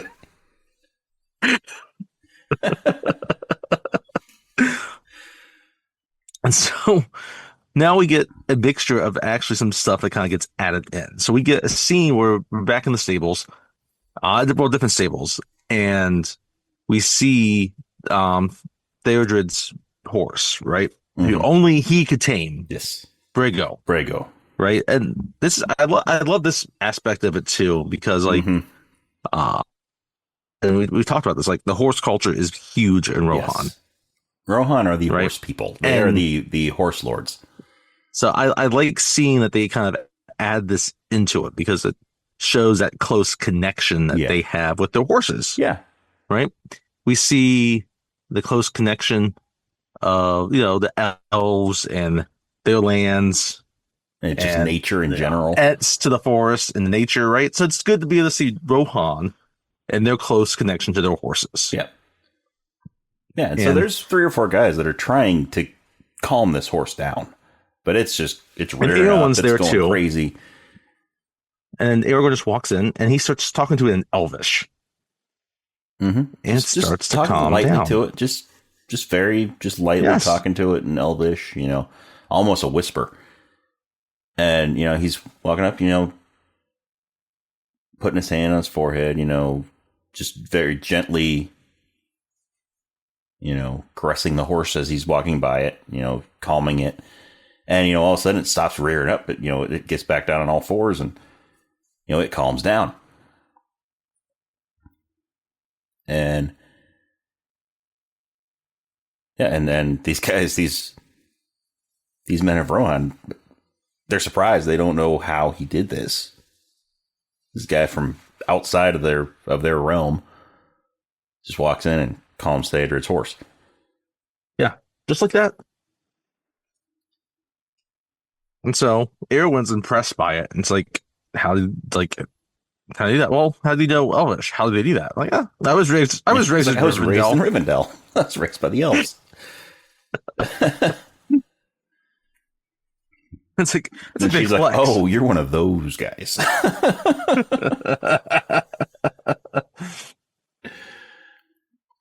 Yeah, it's like, yeah, no one's ever like tamed a horse like that, So, and then as he turns around to walk out, then he gets hit in the back of the head by Eowyn's panties.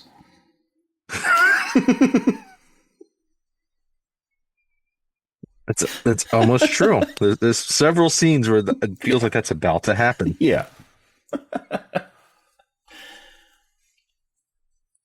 But no. So, they part for now. She's clearly, yeah. So she introduces the horse. She's like, "This is my brother's horse, Brago." Yes. My cousin's horse. Or my cousin's horse, Brago. Yeah. Yep. And yeah, and so now she's thinking about Aragorn for the rest of this movie, and we will get plenty of other scenes where she's thinking about. Not, she doesn't have as she's developing a crush. She's developing a pretty heavy crush right now. Hey, listen, she has had a hard time in Rohan. Yeah, the last several years. Yeah, which she is more than happy to tell you about. So I don't know. Here comes Aragorn. She hasn't seen his side where he hasn't showered for 2 weeks and he's slaughtering, deer and going through marshes and throwing torches into Nazgul's like faces. Yeah. I mean, if she did see that, then she wouldn't be able to hold herself back. No, I don't know. Now that I'm talking about, I might want to throw my boxers at him.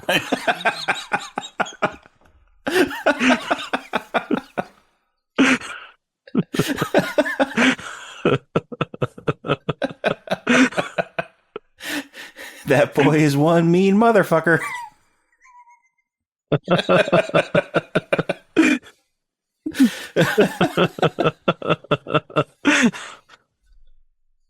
It's yeah. And then, once you find out later more about him, hey. Now he's gonna be a king. Come on. So, well, we cut from there, and now we get back to Wormtongue, right? And he is riding his horse in the Isengard, right? And this is where we kind of get a slightly extended scene as well, right? He gets up there, and I like getting the extended Wormtongue stuff because, as we talked about earlier, Brad Dourif is really good in the role. Brad Dourif is fantastic in this role.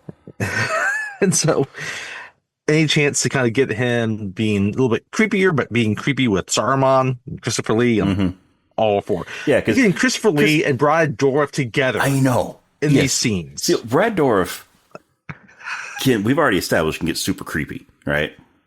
And Christopher Lee, with the caliber of actor that he was, I mean, dude was amazing.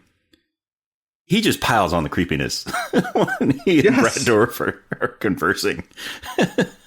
It's this really cool contrast. It's like they're up like in his room there in Isengard, right? And it's dark at this point, but he's Saruman the White, so he's all in white. But then you got Wormtongue coming in. He's all in black. Like in black and like rags and right. He's still like he's got the pale face, right? Saruman stands up straight. Wormtongue sort of hunched over. He's kind of hunched. Yeah, it's perfect. And then Saruman, like he's still pissed off at being cast out from Theoden, and finding out that Gandalf is now a white. Yeah. And he's just like, Gandalf the White, Gandalf the Fool. Does he seek to humble me with his newfound piety? And, Wormtongue kind of hobbles in. He's like, well, there were three others. A wizard, was it an elf, a dwarf, and a man. And as he's seeing this, I love Saruman. He kind of sniffs through the air. He's like, you smell of horse. Yeah.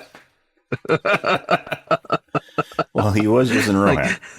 Well, he is from Rohan, right? And he just rode one. Yeah. Of course he's going to smell a horse. Or did he say whores? Well, did he swing by the brothel on the way? With Isengard? Did he go meet up with Gandalf? Did he go meet up with Gandalf and Éomer? Yeah, hey.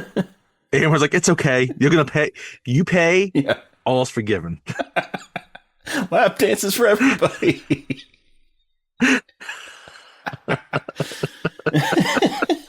Oh my. Wow. We'll go on places. Yes, we are.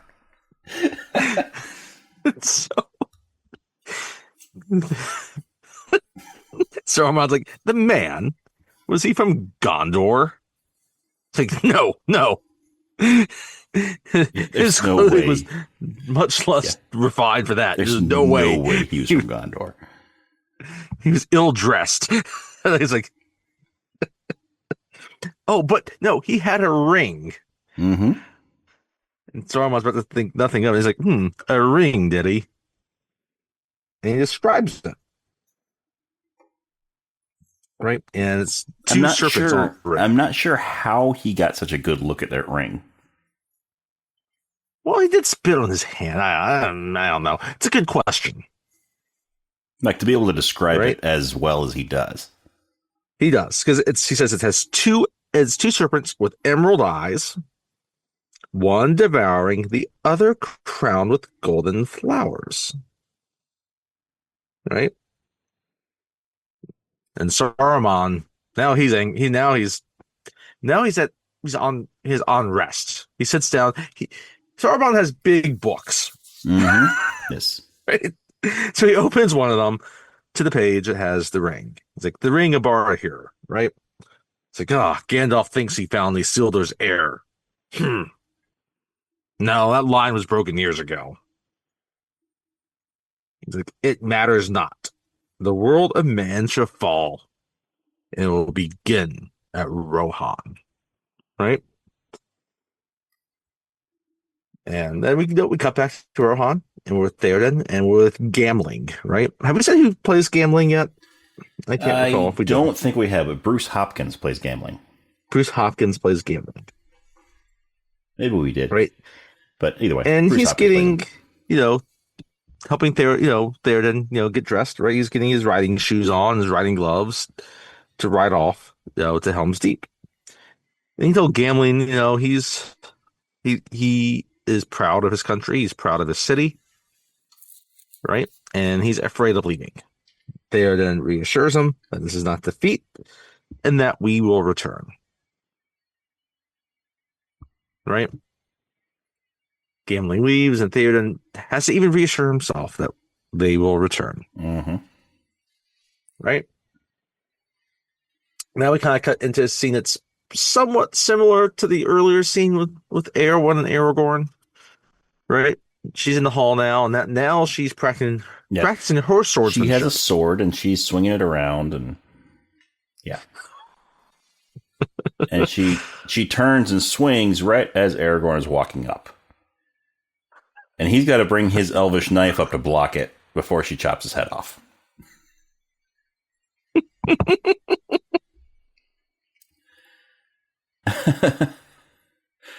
I love how it's like, you've got some skill with the blade. And he's not referencing that blade.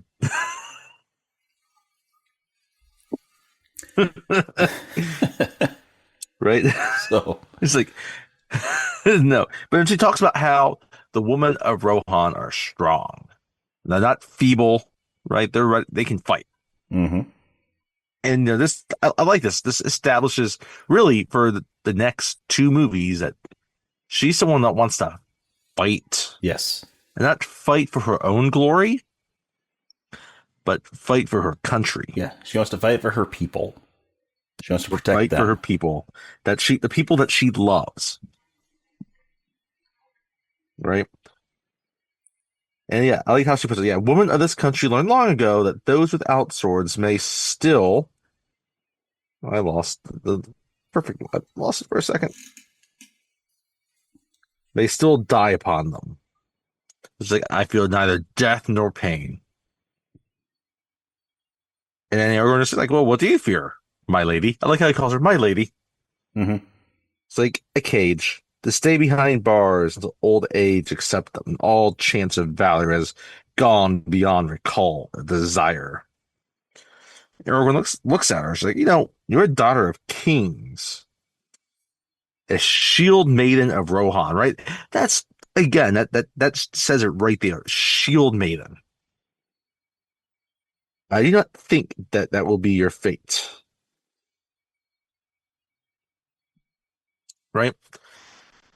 And so they leave, and she throws her, as you said earlier, tries to throw her panties at him again, and nothing happens yet because he's still an honorable man. He is dating somebody. And then we cut back to Saruman and Wormtongue. Yeah. And they're talking. And, Wormtongue just looks at, Saruman's like, Theoden's not going to stay at Edoras, He knows it's weak. That they can't defend it there. So they're going to go to Helm's Deep. But it's going to be a long journey. Even though it's not super long, but as he says, they're going to have the elderly, they're going to have women, and children. Yeah. I love when he says children, Saruman's eyebrows go up. It's like, I like this opportunity to kill women and children. And so it cuts to kind of a short little scene. It's kind of one of my favorite little aspects of Two Towers is when Saruman kind of talks to these random orcs that are working for him. So we earlier in the movie when we saw them cutting down all the trees and the forest to make all the weaponry, right, and also to make other York High. Right? I love that. I love the orc. He's looking. It's like we don't have enough fuel for the fires, right? Mm-hmm. He's like the union rep. Yeah, begging the boss, like, hey, listen here. We need yeah. and then and Saruman's like, oh, look at Fangorn Forest, burn that down. Yeah, there's a bunch of trees right there. Just go cut some of them down and burn them. It's like, yes. Get a whole. So here's the other forest. guy. Here's this other guy. He's there. He's like a commander of, and Saruman looks at him. He's like, send out your warg riders. And then the guy just smiles like, yes.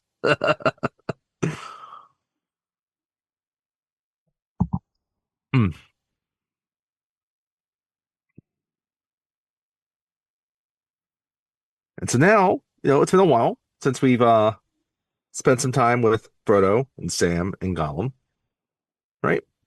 And they're continuing their journey. And at this, they're the stream, and Gollum's up ahead of Frodo and Sam, Mm-hmm. and he's trying to catch a fish. And he's actually, he gets, he kind of gets one and gets this big smile on his face. He's happy. And this is when you start seeing, this is the first time it's become this thing that will kind of go through the next two movies now of the tension between Sam and Frodo, and then Sam and Gollum, right? And Sam just yells out, and it's like, "Don't!" Hey, he calls Gollum a stinker, right? Because he doesn't want him to go too far ahead. He doesn't want to lose him. He's just a little stinker. And Frodo's like, "Why do you do that?" Sam's like, "What?" Frodo's like, "Call him names." And he run him down all the time. He doesn't look like he smells very good. Yes.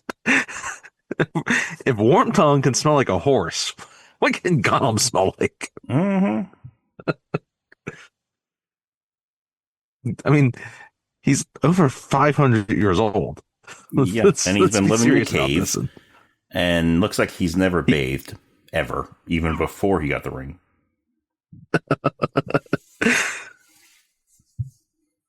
He spends time in bogs and in the deep places of the earth. Yeah. It sounds like cool, because that's what he is, Master Frodo. He's there's nothing but lies and deceit. It's the ring he wants, and it's all he cares about. And Sam's right. Sam's absolutely right about this, right? But Frodo still is like, well, you have no idea what it did to him and what it's still doing to him. And Frodo channels his inner Luke. He's like, I think I can save him. I want to help him. Yeah. I can feel the conflict in him. And Sam's like, what? And Sam's like, well, why? Frodo's like, oh, because I think he can come back. And Sam's like, that. So, Master Frodo, like, you can't save him. And Frodo gets angry again. You know nothing about it. Nothing. And they walk away, and Frodo's like, I'm sorry, Sam. I don't know what got into me. Sam just looks back. He's like, I don't know what it is. It's the ring. Like, you're obsessed with it now. You can't keep your hand off of it. Mm-hmm. You barely sleep. And like this, I like that line. He barely sleep, because we kind of referenced it earlier, but we look at the movies going forward. Sam barely sleeps. Yes. Well, and Sam, he's Sam saying like barely sleeps because he's keeping an eye on Frodo. Frodo barely sleeps. Sam's exactly. And he just tells him, it's taking hold of you, Mr. Frodo, and you have to fight it. Frodo's like, I know what I must do, Sam. This ring was entrusted to me. It's my task. It's my own. My own. And so like, can't you hear yourself? Don't you know who you sound like? Then comes...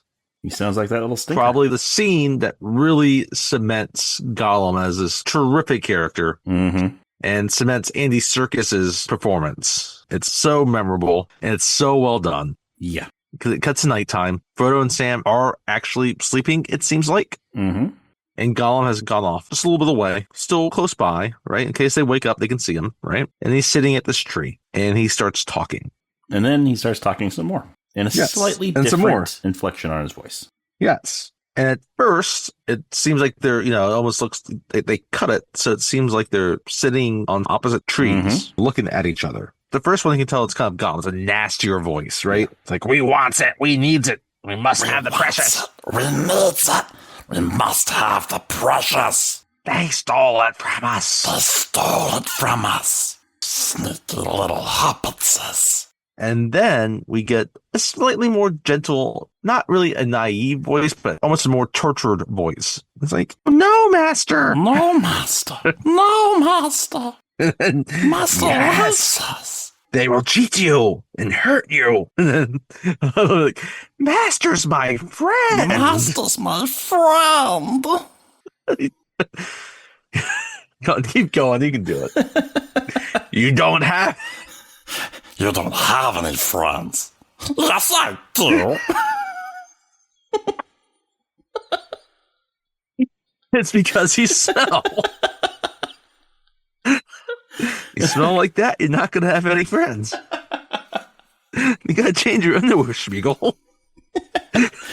So yeah, we got Gollum arguing with Smeagol. Smeagol was Gollum's name before he got the ring and became Gollum. So Smeagol is more of the happier pre-ring version of himself, and Gollum is the current identity that has come about since getting the ring, since being corrupted by the ring. Which we find out later, like that was always in there in Smeagol. Yes. But it's almost like, the Smeagol is almost like that naive part that's never evolved after that. Yeah, and they argue about whether, if they can trust Sam and Frodo. Yeah. Right. And, and there's this conflict, like, just kill them now and take the ring or lead them to Mordor. Yeah. And then, no, we can't kill Master.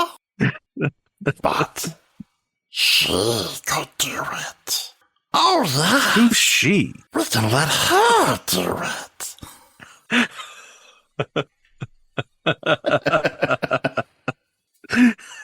But then Smeagol gets a change of heart. He's like, Master takes care of us now. Mm-hmm. Well, God's like, what do you say? Now? God's like, I protected us. I defended us. So and Smeagol just finally says, not anymore. He doesn't just tell him to go away. Go away and never come back. What? Go away and never come back. Go away and never come back. And then he looks around a little bit.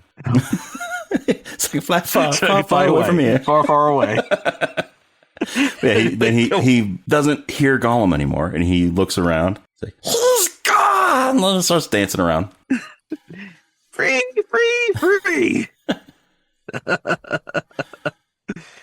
And so he wakes Sam and Frodo up the next morning. Well, Sam's already a little awake. Frodo's starting to wake up, and Smeagol's excited. He's got a couple of conies in his mouth, and he drops them at Frodo's lap. He's like, these are delicious. These are tasty. Yeah.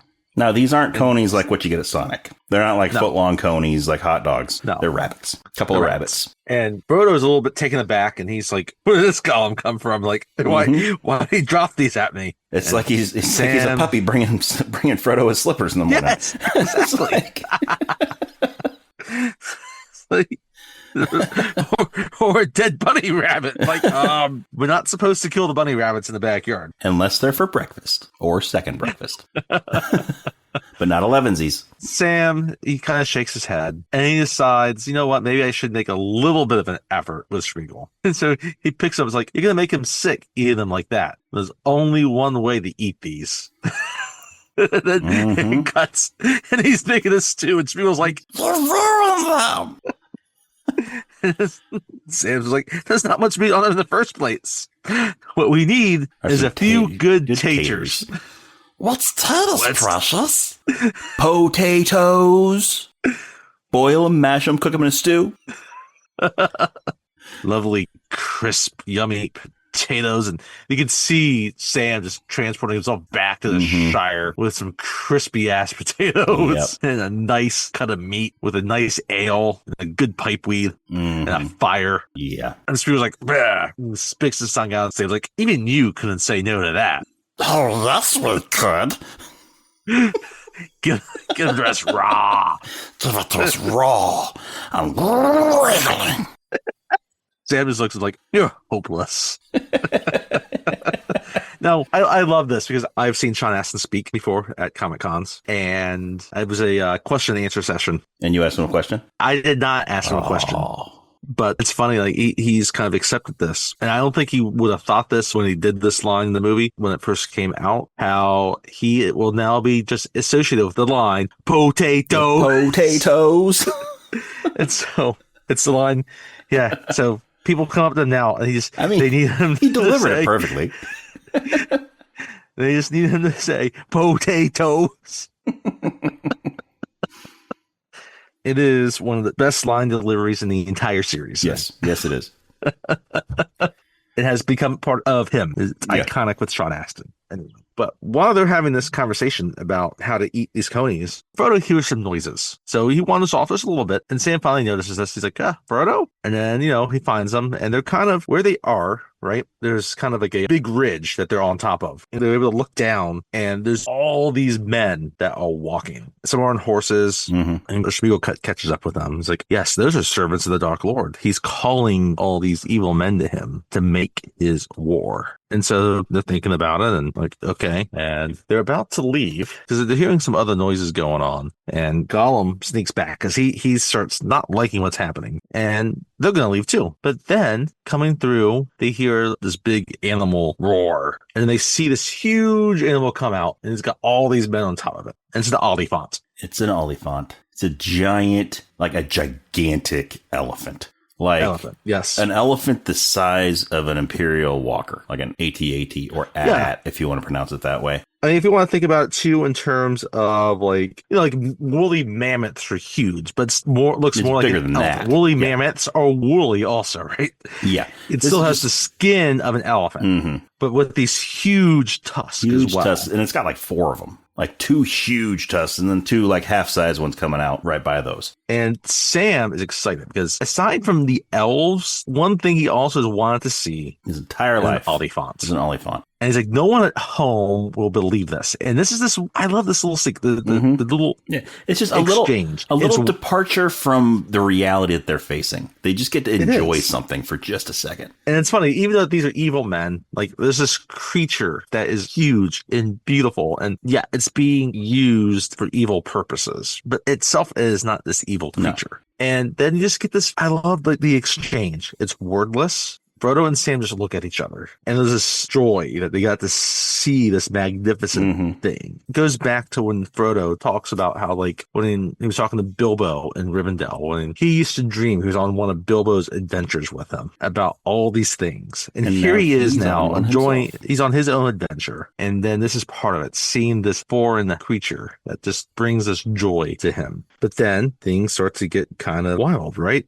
And all of a sudden, you see all these arrows start shooting at these people. And now they're starting to shooting back. And we see a couple of these faces of the men that are shooting at them, right? And they're kind of cloaked a bit. And so we're not exactly sure who's shooting at them, right? But they're dressed like kind of like Aragorn was back when we saw him at the very similar to dressed like rangers. And we'll find out more like Gondorian rangers, right? And all of a sudden, the Oliphant starts charging, right? Because all these things are being shot at them. And then, the person that's kind of controlling it has been killed, right? You got other ones falling off. And then this one guy in particular, you can tell he's this youngish soldier, gets shot as this Oliphant's kind of charging where they're laying, right? And he falls off and he flips over and lands right beyond them. And they look at that, it's like, yeah, it's time to go.